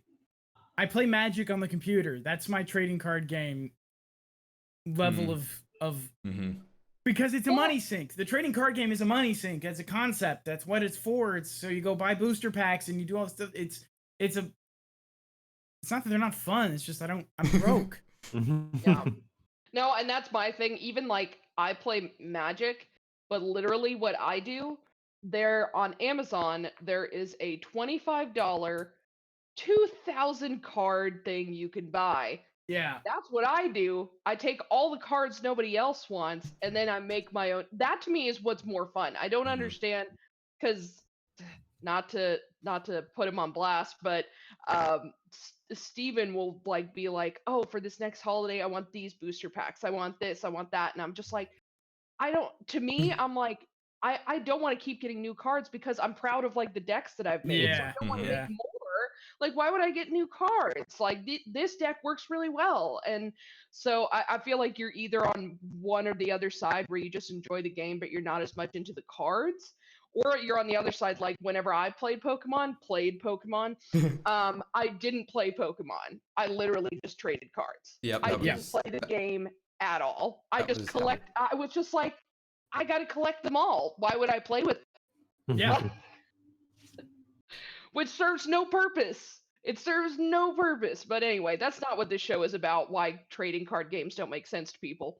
I'll definitely say, like, they were like explaining how they were playing the game, and they were going so fast with it that I was just like, Is there a defined rule set to this game? I'd be more interested if this were logistically about playing the game. Yeah, this feels a lot more about like it feels like the explained it. culture of the game. I can't tell you what they said. Right. No, it doesn't. It didn't track. No. It would make more. This would be a more entertaining show if it were like actually logistically about playing a game. Like if it were the tournament arc of this TCG or whatever. Like this would be more interesting if it were that. Instead, it's these chibi chicks calling each other idiots for buying too much bullshit. Like I don't understand. Well, who is this for? I mean, I think honestly, like it really is just a show that is trying to, because like when I looked it up earlier, like it seemed like I'm not familiar with this particular game company, but a lot of people are throwing around this term, like, you know, and I forget the name of the company, so I apologize, but it's like new such and such card game comes out, you know, this fall or this spring or whatever. And it's going to have like this new anime to help promote it and stuff like that. But I think that the show just kind of exists to convince you that like, hey, this is a popular thing that people are definitely playing, even though nobody's playing it yet, to like kind of like convince you. It's like, oh yeah, I should go. Like if I see that game in stores, it's like, hey, everyone's playing this game, let me go buy it. Yeah. Except if that was what they were trying to do, they failed miserably, because in this commercial they show literally everyone playing it, which to me reeks of desperation, and no one is playing this game, and they're trying a little too hard to be like, you're not cool if you're not playing our game. Yeah. I definitely want to play the game that Trump plays. Yeah, you're not an elder. Cool They had the game. elder Japanese statesman standing up there holding up a booster pack or something. I mean, It's I'll, like, I'll be honest. I enjoyed that little montage just for like kind of the It was humor hilarious. of these cards in those it contexts. was hilarious, but it's like, but seeing that, it's like I don't want to play the game that boomer politicians are playing. Yeah. Like that doesn't seem fun to me. Congratulations, all the celebrities you chose are like the ones who, okay, they're playing this game, so I'm not going to. Right. The hot new card game, insider trading. Or even if it was like so popular with like normal people, then like they started adopting it, but then like now it's Facebook where like the olds have taken it over and everyone moves off the platform, right? So Right. It seems also, look, I don't think you could supply enough cards to meet this demand. I think you would have to actually like purchase Wizards of the Coast for their printing contracts in order to get that kind of supply of trading cards into the economy. It doesn't make sense economically. It does not make sense. Well, Right, should we go ahead and rate this one? yeah. Dean, what are your ratings? Oh, dude, this is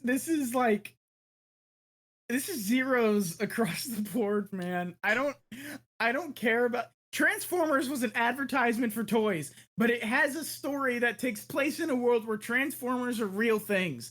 Like it actually takes the world of the toy and tells a story in the world of the toy, as opposed to being about people playing with Transformers. There's a reason nobody likes Gundam fighters. Well, to be fair, actually, that is a kind of cool show. But Or Gundam Build Divers. I'm sorry, Gundam Builders. Like those. There's like one of three the build Gundam Builder shows, shows. Mhm. one of the build shows was actually kind of cool, but the one that we reviewed, I was not into. So Rebirth episode 1. I've been useless. Another line from that conversation. That was the one where she was all upset that she like, how do you play a trading card game as a team? I'm so confused. it's not too uncommon. Like the idea that like, yeah, I think esports teams will have players of like Hearthstone and other stuff like that, where it's basically you're sponsored by the team, so like, you know, your stream is going to be sponsored by them, and it's just sort of like, it's almost like being like an advertising thing. Like they just sort of like, Sure. even if they don't invest a lot into you, like your views now go toward their team. Like a racing team. Like you're all Yeah. racing in the same race. You're technically racing each other, but you're on the same team. Yeah. I mean, it's kind of like the way that they were speaking left the impression with me that this is a cooperative TCG. Like Maybe it is multiple people on either side, which seems complicated at best. Yeah. Yeah, straight zeros. I mean, it was not good. Libby. What was it I was saying? Am I still muted? Nope. No, No. you're good. No? All right. It's very, very quiet in my ear when it says mute on or mute off, and I'm just like, wait, what did it just say? So what was it I said at the beginning, that, you know, some of these shorts, we're just going to say this blows and move on? This is the moment. Yeah. This blows. Straight zeros. Let's move on. Chris? So for me, Rebirth episode 1, no Johns. Did the premise interest me? That's a Smash Bros reference, by the way, for anyone who doesn't know. Did the premise interest me? No, not really. I am open to TCGs. I've never heard of this one. I don't think I've heard of any of their other games, and it's like there's no reason for me to be excited about this one. And also, the show wasn't interesting. It's not doing the its production impressed job. me. Yeah. The production impressed me. Like I said, I did enjoy that little montage with, like, you know, as goofy as it was, kind of like the heads of state holding up their cards. That was kind of funny, but otherwise, no, it was not impressive in any way. Did the storytelling impress me? Nope. In fact, it was kind of hard to follow. That might be partially the fault of the subtitles, but also it's like, I didn't track it at all. So no, I did not enjoy the first episode. Did it make me interested to see more? It did not. So straight zeros. I'm imagining Angela Merkel standing up, giving a press conference about how she just purchased an Exodius. Like, Oh my goodness. Can you hold that little angel so I can see his face? Oh my goodness. Oh, that is an absolute unit. Oh, he's so cute. Ah, okay. That brings our total score for this show to a 0, or 0%. The last show we have to talk about is Science Fell in Love, so I tried to prove it, which I think is actually an incorrect translation, because, like, in the opening sequence of this show, it's like scientists fell in love. yeah. Which So is they tried what to prove it. happened. The I title think of the it's episode. Scientists fell in love, so they tried to prove it. That makes sense. Yeah, I think actually the title of the episode on Crunchyroll was something like "Science Types Fell in Love." So Yeah, blah, science blah, types. blah. But yeah, I don't know. It's Yeah, that's a thread that goes all the way through. Just people talking about science types. Uh, What exactly are science? I think what they types? mean, like science as like an institution.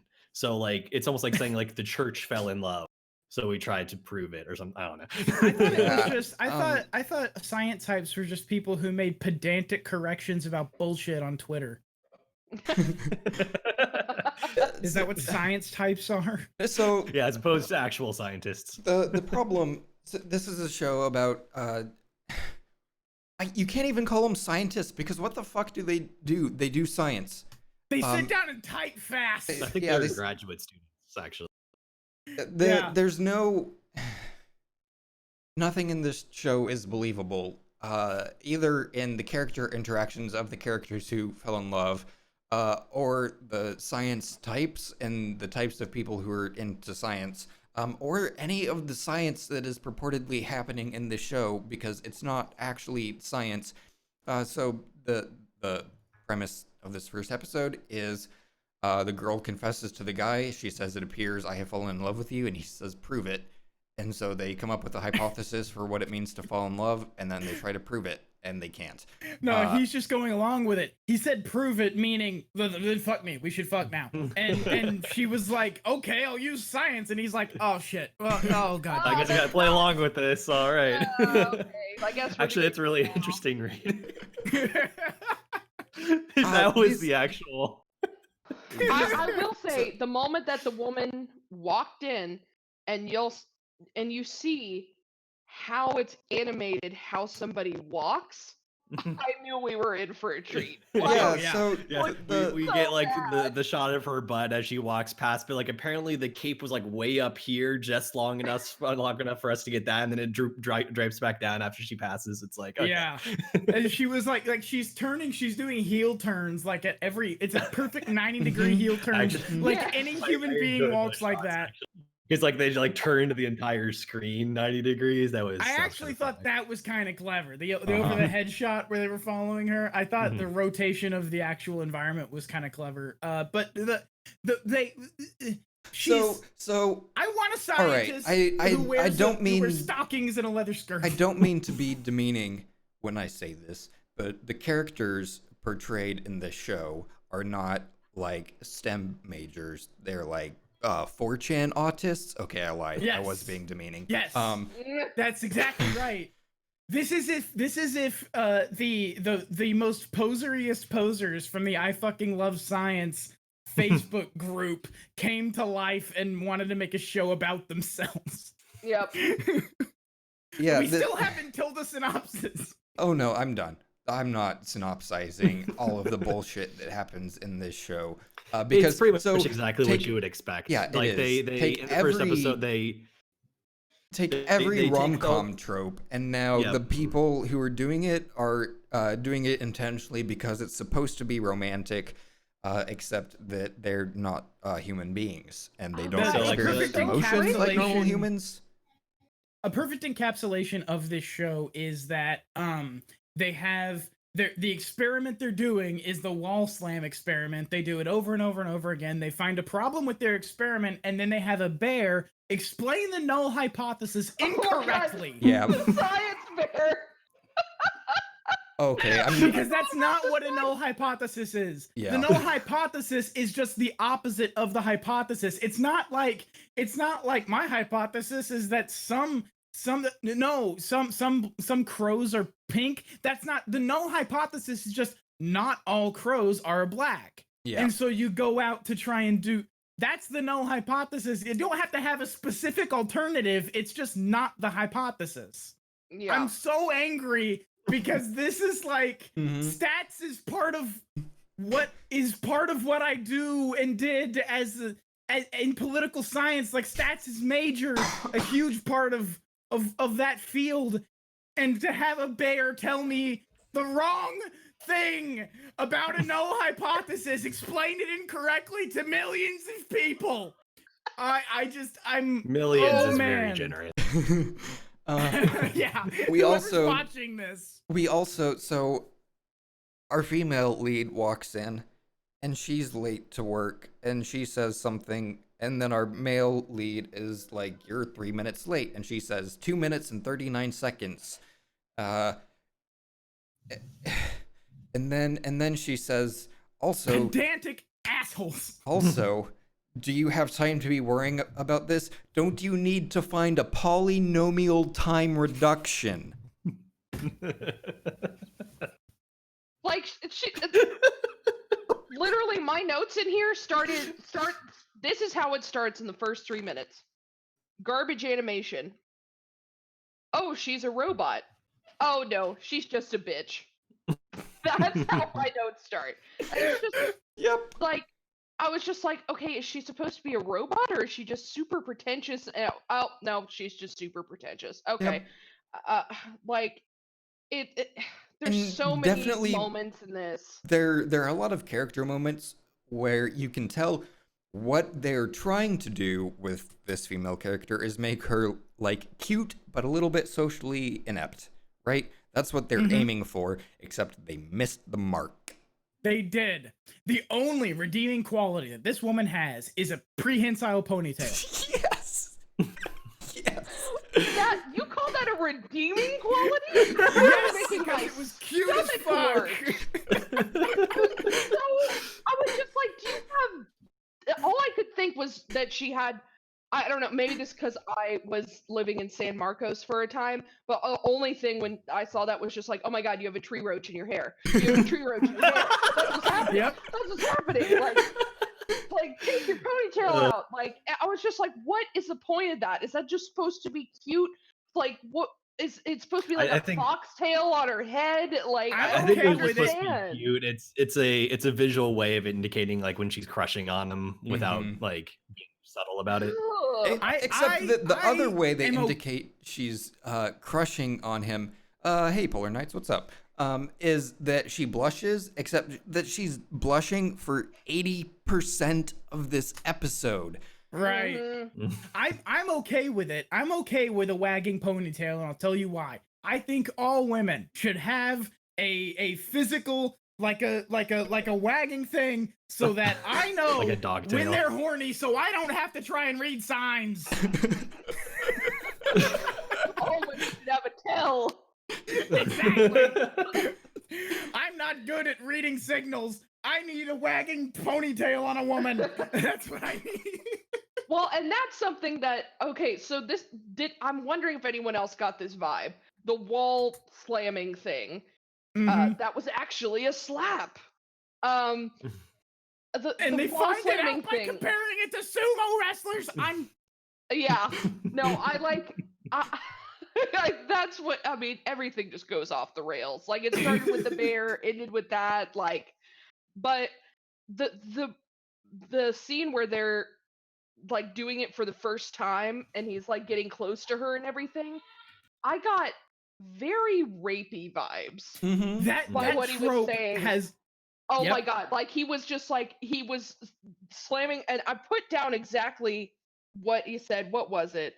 Oh, yeah, he like slammed up against the wall and then gets close to her and says, "Don't try to escape." yeah. Don't try. And then he's like talking about how you're saying you're uncomfortable, but your pulse is elevated. That's the. Oh my god! That Like tracks. That follows. it's just That like, makes perfect oh, sense. your mouth says no, but your eyes say yes. Fuck off. Thanks, Yeah. Bill Nye. The way So- that trope has always been very uncomfortable, and it's so common, and it's so. I think all of us are on record as not finding that trope particularly romantic, but then it has been thoroughly destroyed for me in whatever show we watched where he does that and then goes, "Oh, that's surprisingly violent." What was Yeah, that one? that It was was hilarious. Was that Cinderella with the panties one? I forget what it was called, but I can't remember. Yeah, But he's I think it attracted to was. this girl, and he does the wall slam trope, and he goes, that felt icky. yep. Yeah, kind of. Felt a little violent. Yeah. So there were parts of the show that actually I found kind of amusing. Like I remember, Oh, it was funny man, too, there 'cause were- we were watching this sort of asynchronously. Stephen and Libby over at their place hit play, and I tried to play it roughly at the same time, and then we were sort of chattering a little bit on Google. And so like at one point, very very early in the episode, before I had a chance to like really get terrible, because like it starts off like, okay, I know what this is going to be. This is going to be cheesy and probably really bad. And they had like these little moments that actually started winning me over, like just the way that like they would start like Beginning. some of the diagrams they're like putting up and talking about, like it's like it's what I'd expected it to be, but they were doing it kind of in a fun way of like, okay, let's like really science this and like kind of like step back and like kind of talk about it objectively. And like we have to come up with science it. Yeah. We need to come up with like a definition. And so like we were talking about this. And so like there were definitely parts of it that I enjoyed. When they're asking, when the male lead is asking the aide about her previous romantic encounters, and the female lead is like, normal people feel awkward talking about that stuff. Yeah, I definitely didn't feel that in my bones. The idea that normal people don't like talking about certain things. The savior, I think, of this show is that other grad student. Because without her to kind of buttress the ridiculousness of these science posers, without that, it would be just pretentious assholes. But there's a character in the world who understands that this is ridiculous, and it kind of helps to ground the whole thing. It helps us to understand the show isn't taking this seriously. She kind of gives voice to the thought that like I'm sure all of us were having at some point, where like if you are sort of following the arguments of like, why does sorry, my niece is over. No, you're fine. What they're talking about, it's like, wait a second, this is contradictory, which of course like a lot of things about love are. It's like, why are you more attracted right now in this time when like, I forget exactly what the example was, but like your heart rate's going up and it seems to be like an uncomfortable situation, so why is it that you like it? And it's like, well, because like if a person is into someone, then being in the situation feels close and intimate and not intimidating, right? Right. Or if it does feel intimidating, then it's kind of like it's a bit of a thrill and not just a scary situation. And so like she's kind of saying, it's like, yeah, it's about feelings. Like that's kind of the whole point. It's like, and of course that's the whole premise of the show, is like, can we quantify love? And it's like, kind of. I mean, you can observe the physical reactions to it. You can maybe even talk a little bit about psychology, but like there's a lot about love that is just, it is what it is. I would be more interested in the show if they actually did that. I would be more interested in the show if it wasn't this ridiculous like theory testing that has no bearing on what they're actually trying to prove. I would be more interested in the show if it were actually psychology and biology and all these other things, and they actually had these people like doing real kind of pseudo research on their own relationship, and like that would be a more interesting show to me. And you could still have it be ridiculous, you could still have the same humor, but it could be a little bit less cringe. Yeah, and there were some things they were saying that like this is just the one example that I put down, but there was one point where they were talking about how the physiology of the man and woman have to be a certain way, and talking about how the woman must be shorter, and I'm like, okay, hold up, whoa. Like, you just went from like trying to make love into a science into like a woman has to be shorter than a man in order to get a certain closeness, and I'm like, They They were and like so I think that's something analyzing we're media like, tropes. I think that's And- exactly the thing that I found funny about it, is because they even, I think, called out at one point in the show that this is someone, like, people who are not experienced with any sort of romance, who have their understanding of romance is entirely through media. And so that's why, like, all these tropes are the things that they're testing, because it's like, from what I have seen, this is something that happens a lot, and so we should measure this and see if there's anything to it, right? And so yeah, it was a little bit cringe in parts, sure, but it also, I think because of that, I think that's kind of what I found amusing. And also, like, I was not paying super close attention because I was bantering with Steven a little bit, and he, like, from the very beginning, he's like, "Oh my god, I hate this." And then he mentioned that he's watching the English dub, and I'm like, okay, I understand. Yeah. And so actually, it raised an interesting question. It's like, if something doesn't hold up in your own language, then does that mean it's an inherently bad show? Like, it can't be redeemed even if you're listening to it in another language. And my thought was like, well, first of all, I mean, it could just be personal subjective taste. I didn't hate it as much as Steven and or Libby did. But also, I think that, like, a bad performance of something can actually ruin, like, a really good script, and vice versa. A really good performance can actually elevate something that's just kind of mediocre. And of course, it's all going to come down to kind of personal taste too. But like, if I'm hearing stuff in English, and especially if the voice acting is bad, then yeah, I'm going to cringe. I'm going to hate the whole thing. Which is part of the reason why I very often ask when watching anime, like, would I find this cringier or cheesier or whatever if I spoke native Japanese and, like, heard it the way they do? But because I don't, I'm just kind of, I'm reading the subtitles and it seems like a good performance, and so it creates sort of it has a distancing effect between you and the subject matter when you're hearing it in a foreign language and reading it on the screen. It almost lowers the bar for the suspension of disbelief, in a sense, where like it's already communicating to you in a way that's unfamiliar, and so it's easier to kind of hook into stuff because you're already engaging a part of your mind that's already accepting weird, and by weird I mean just like unfamiliar and strange to you. Well, and it's interesting talking about the language thing, because I mean, the first thing I thought whenever you were talking about that was, would we find in Kill la Kill nudist beach as funny as it is if it wasn't nudist beach? Nudist beach. It's just like perfect Japanese, and then just nudist beach. And it's like, it would still be really funny, but just something about, like, the guy standing there with the shining nipple.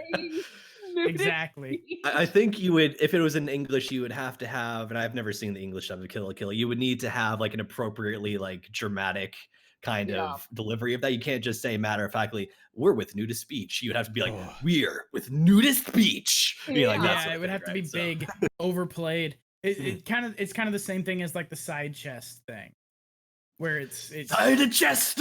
Exactly. I don't know if that's as funny if it's in English or an English accent as opposed to a Japanese accent, a native English speaker going side chest. I don't know if that's as funny. Yeah. And our dubs were definitely, like, especially the side character. I was like, if I had seen this in Japanese, I would not hate her as much as I do. But like the English dub with her was doing the upwards inflection. Oh no! And I was just like, oh my god, stop talking like that, please. Actually, for the love of God. In the Japanese, it sounded a lot like Chika from Kaguya-sama. It did. So I was like, I wonder if it's the same person. It was not the same person. I looked it up, but I was like, oh my god, did they get the same third wheel-chan? Because that'd be so. This perfect. kind of has a Love is War sort of vibe to it, but it's interesting in that Love is War is Love is War is not cringe in the same way this is cringe. Mm-hmm. And I think it's entirely the fake science aspect of it. Mhm. Like, I just like that, I really kind of like this premise a lot. Also, I could really get behind this, but yeah, it's not important. Doesn't matter. There was a line that really pissed me off. Where she's like, "Is my love a 1 or a 0?" And I was like, "Why? why is it immediately binary? Yeah, like, Because science.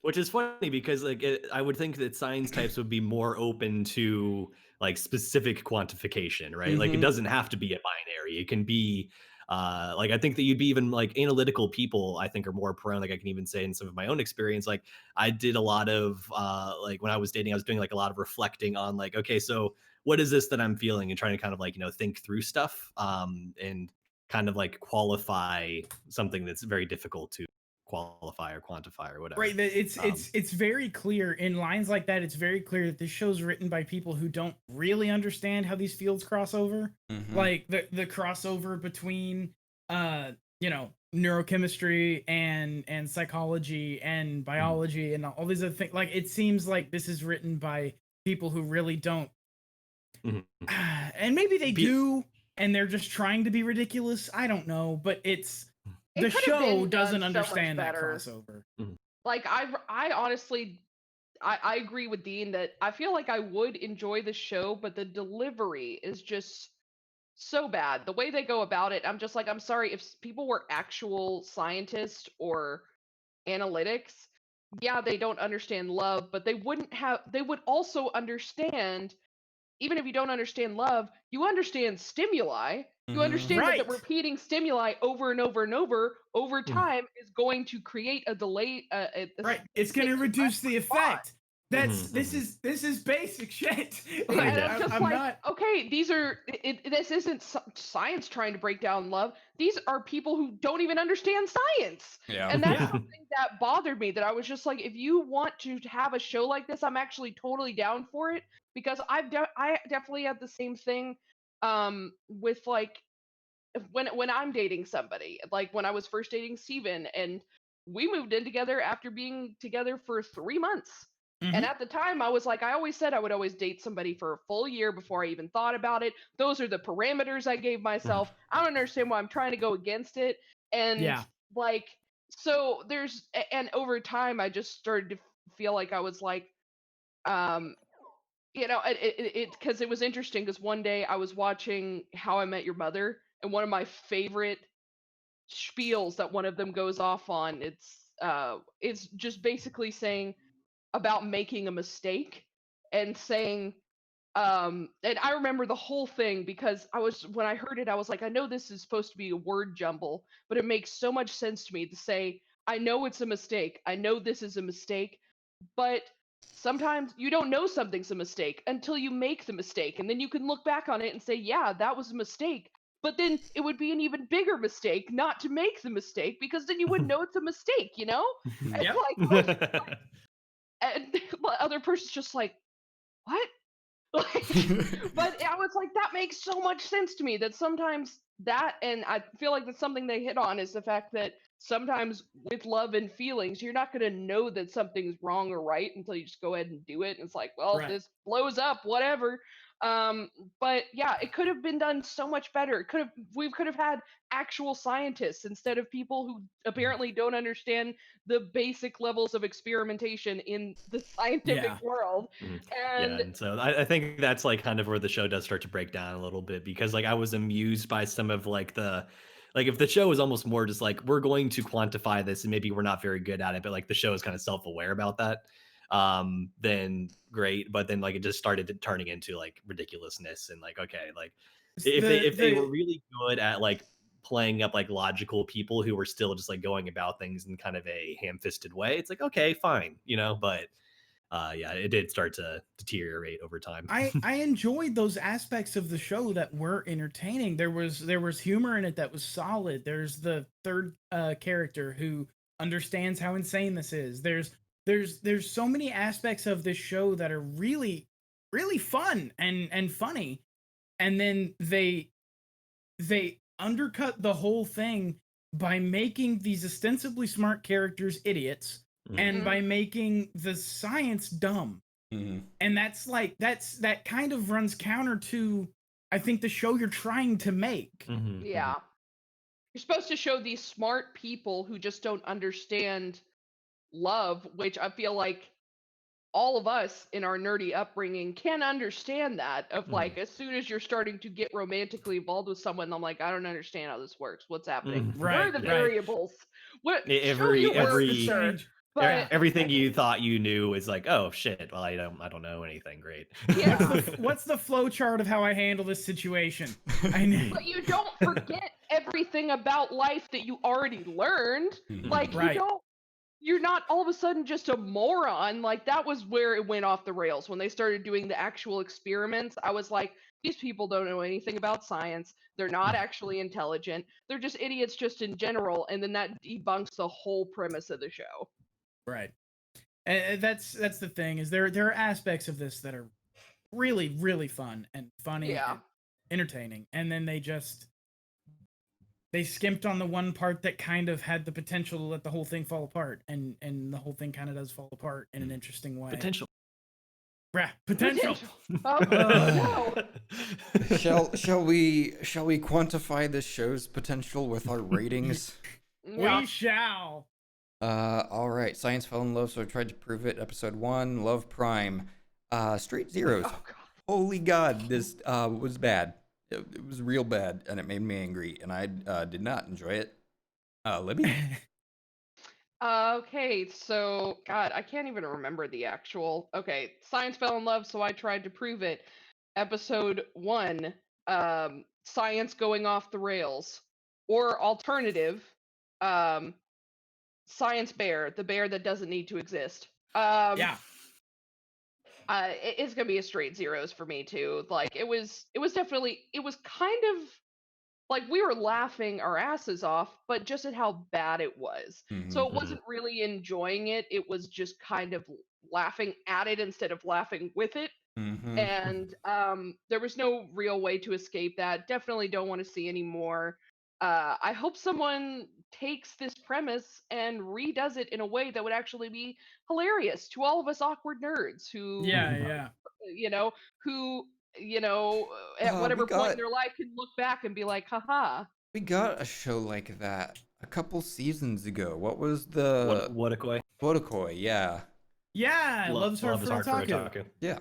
Yeah, that was a good show. It was. It was this, but good. That out.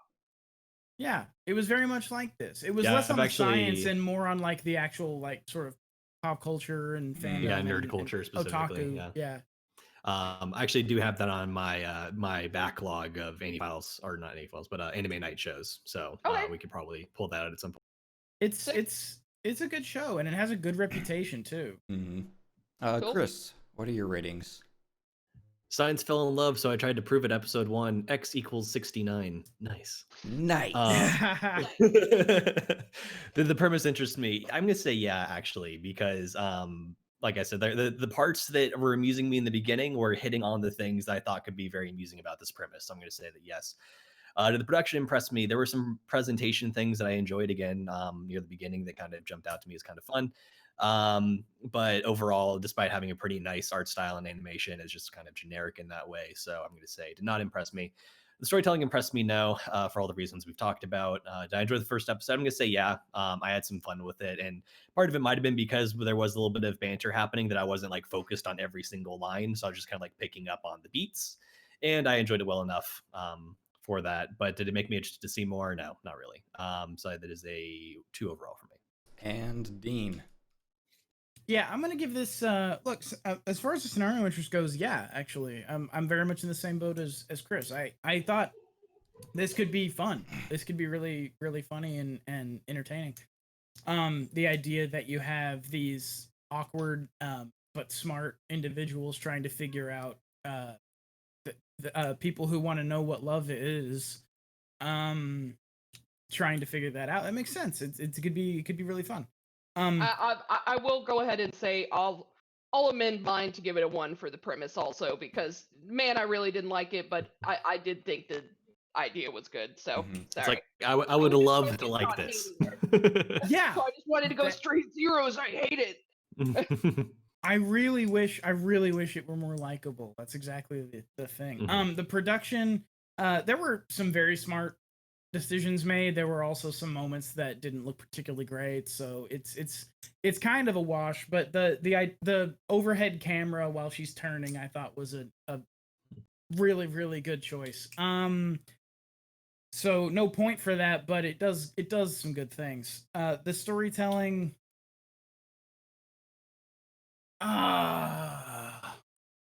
look, I'm not trying to. The story isn't great in the way that they told it, but also they told the story they wanted to tell, and they did it relatively competently. Like, there's not a lot of. I mean, there's. I don't know what to give it on that. If your storytelling is good, but your story is bad, what do you do with that? Well, did it impress you? I guess is the question. No, it wasn't particularly impressive. You're right. That's the question, and it wasn't particularly impressive in the way that they did it. It was competent. I actually did enjoy this, but I'm not gonna see anymore because I just know it's gonna be more of this, and I don't want more of this. I want the show that I want, the one that we talked about, would be a better show. That's the show I want to watch more of. I don't want to watch more of this, even though I did find it entertaining and funny and humorous in places, and it was. I don't regret having watched it, but I'm not gonna sink any more time. Well, that brings our total score for this show to a 5, or 25%. And that's all the shows we have to talk about, which means it's time for the tournament arc. We interrupt this program to bring you an important message. Tournament arc! Hi! Hi! Hi! Hi! Hi! Hi! Hi! It's a fucking tournament arc! Tournament arc! So we're gonna pit all the shows up against each other, and then things are gonna happen. I have a Here's the clip things that explains that are gonna how it happen. works. I have a clip that explains it. You want to just? Yeah. Would you please? Yeah, I could just fire that off. Right. Welcome to the AniFiles tournament arc, which will determine our most and least watchable shows of the season. Right now, we're in the round robin stage, where each of the shows in today's group will be matched up against every other show, and we'll vote for which of the two shows we would rather watch, not necessarily which one is objectively better. The show with more votes wins, and ties are possible. The two shows with the best win-loss record will advance to our 12-show playoffs at the end of the season, and the grand champion will be required viewing for our hosts prior to the season recap. The show with the worst win-loss record today will advance to our 6-show losers bracket, and our host will also be forced to watch the winner of that bracket, our least watchable anime of the season, prior to our season recap. Now, without further ado, let's kick off round 1 of today's group play. All right, round 1, matchup number 1. We have, excuse me, Natsunagu versus Science Fell in Love, So I Tried to Prove It. Which would you rather watch? Natsunagu. Natsunagu.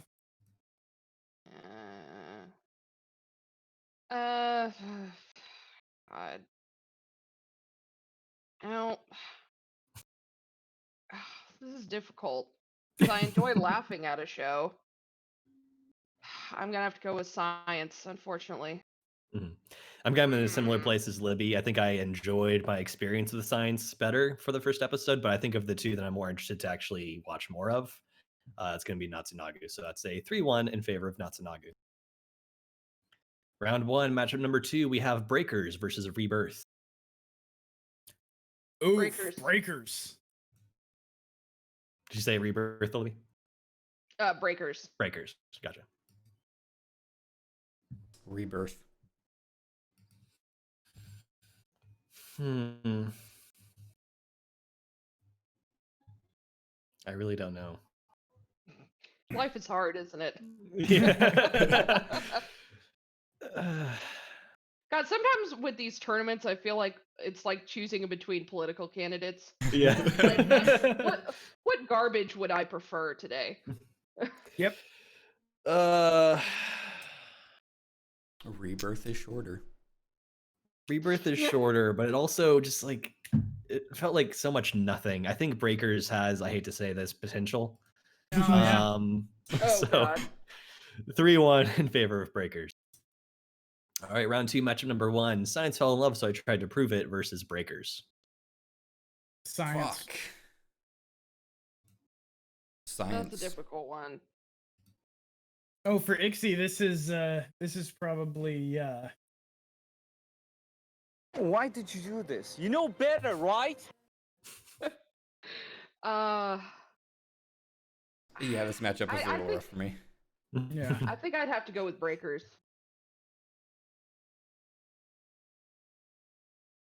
Did you already say science, Ron? Yeah, science. Cool. I think I'm also going to say science. So that's 3-1 in favor of science. Round 2, matchup number 2, we have Room Camp versus Natsunagu. Room camp. Room camp. Room camp. And same. That's a 4-0 in favor of Room Camp. Round 3, matchup number 1, we have Breakers versus Room Camp. Room camp. Room camp. Room camp. And Room Camp. So that's a 4-0 in favor of Room Camp. Round 3, matchup number 2, Rebirth versus Science. Science. Science. Rebirth. And I'm going to say Science. So that's a 3-1 in favor of Science. Round 4, matchup number 1, we have Room Camp versus Rebirth. Room camp. Room Room camp. camp. 4-0 in favor of Room Camp. Neil room camp. Round 4, matchup number 2, we have Natsunagu versus Breakers. Natsunagu. Breakers. I don't know. Both of these kind of have redeeming qualities. I could see myself. You could see both of them going off the rails so badly. Yeah, it's true too. I think I'm gonna say Natsunagu. And I would say the same. So I'd say 3-1 in favor of Natsunagu. In our Breakers fifth just and needs to be final full round. length. It needs to be full length. Being a Mm. short just hamstrings it. Round 5, matchup number 1, we have Rebirth versus Natsunagu. Natsunagu. Wow. Natsunagu. Natsunagu. And same. That's a 4-0 in favor of Natsunagu. And our final matchup of the day, round 5, matchup number 2, Science fell in love, so I tried to prove it versus Room Camp. Room camp. Room camp.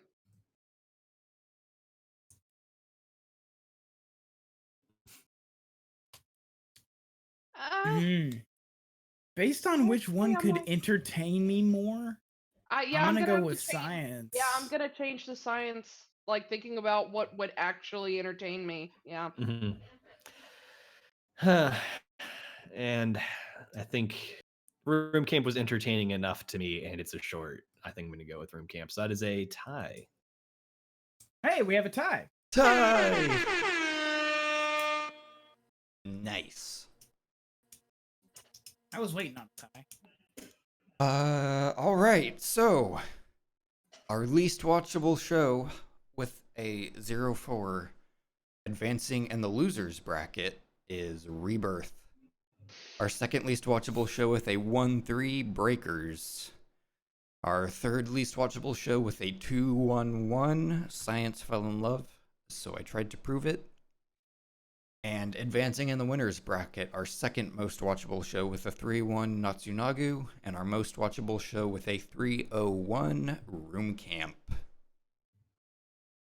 I'm pretty happy with the way that turned out, actually. Yeah, it's not a bad way those line up, but they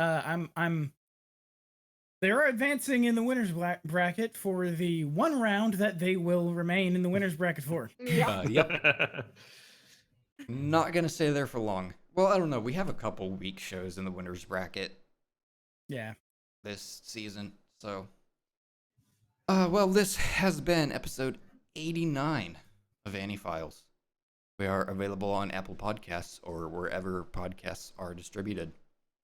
We live stream this show on Twitch, twitch.tv/Exercy, and I upload the VODs to YouTube on the AniFiles channel. If you like this show, you can support us on Patreon, patreon.com/AniFiles. And we have a Discord where we talk about anime, music, video games, and other things. I'll link in the show notes, in the description, or !Discord in Twitch chat. And you can follow us on Twitter @FilesAnnie.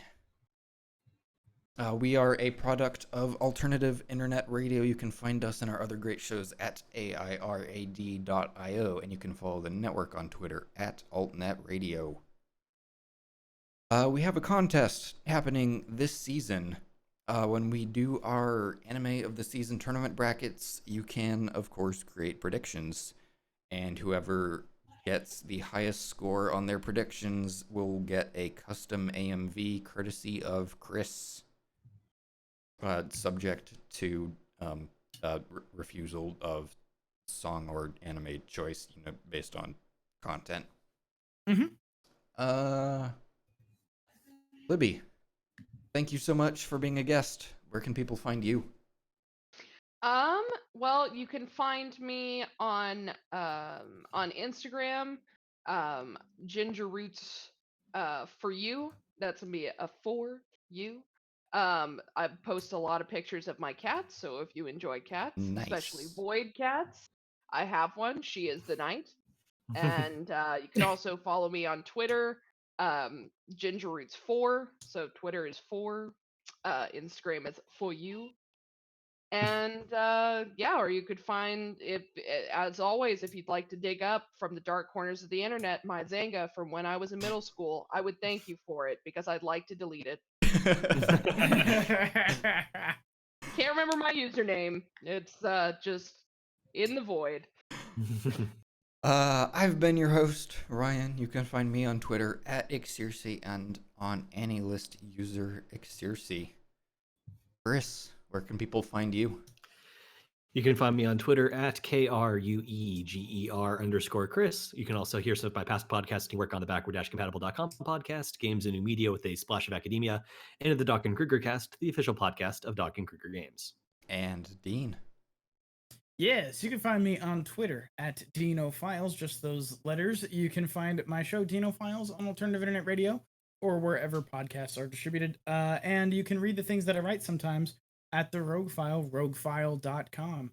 I also have an old MySpace on the Wayback Machine. It's got a Punisher Warzone theme. Oh, nice. Yeah. Love it. It was great.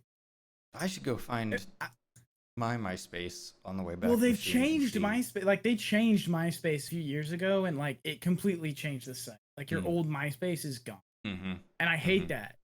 Because I wish I would have exported my old MySpace. Like, I wish I would have just had it to go look at every now and then. Because, man, that's a time capsule. I think it's a time capsule for a time I don't care to revisit. Oh, man.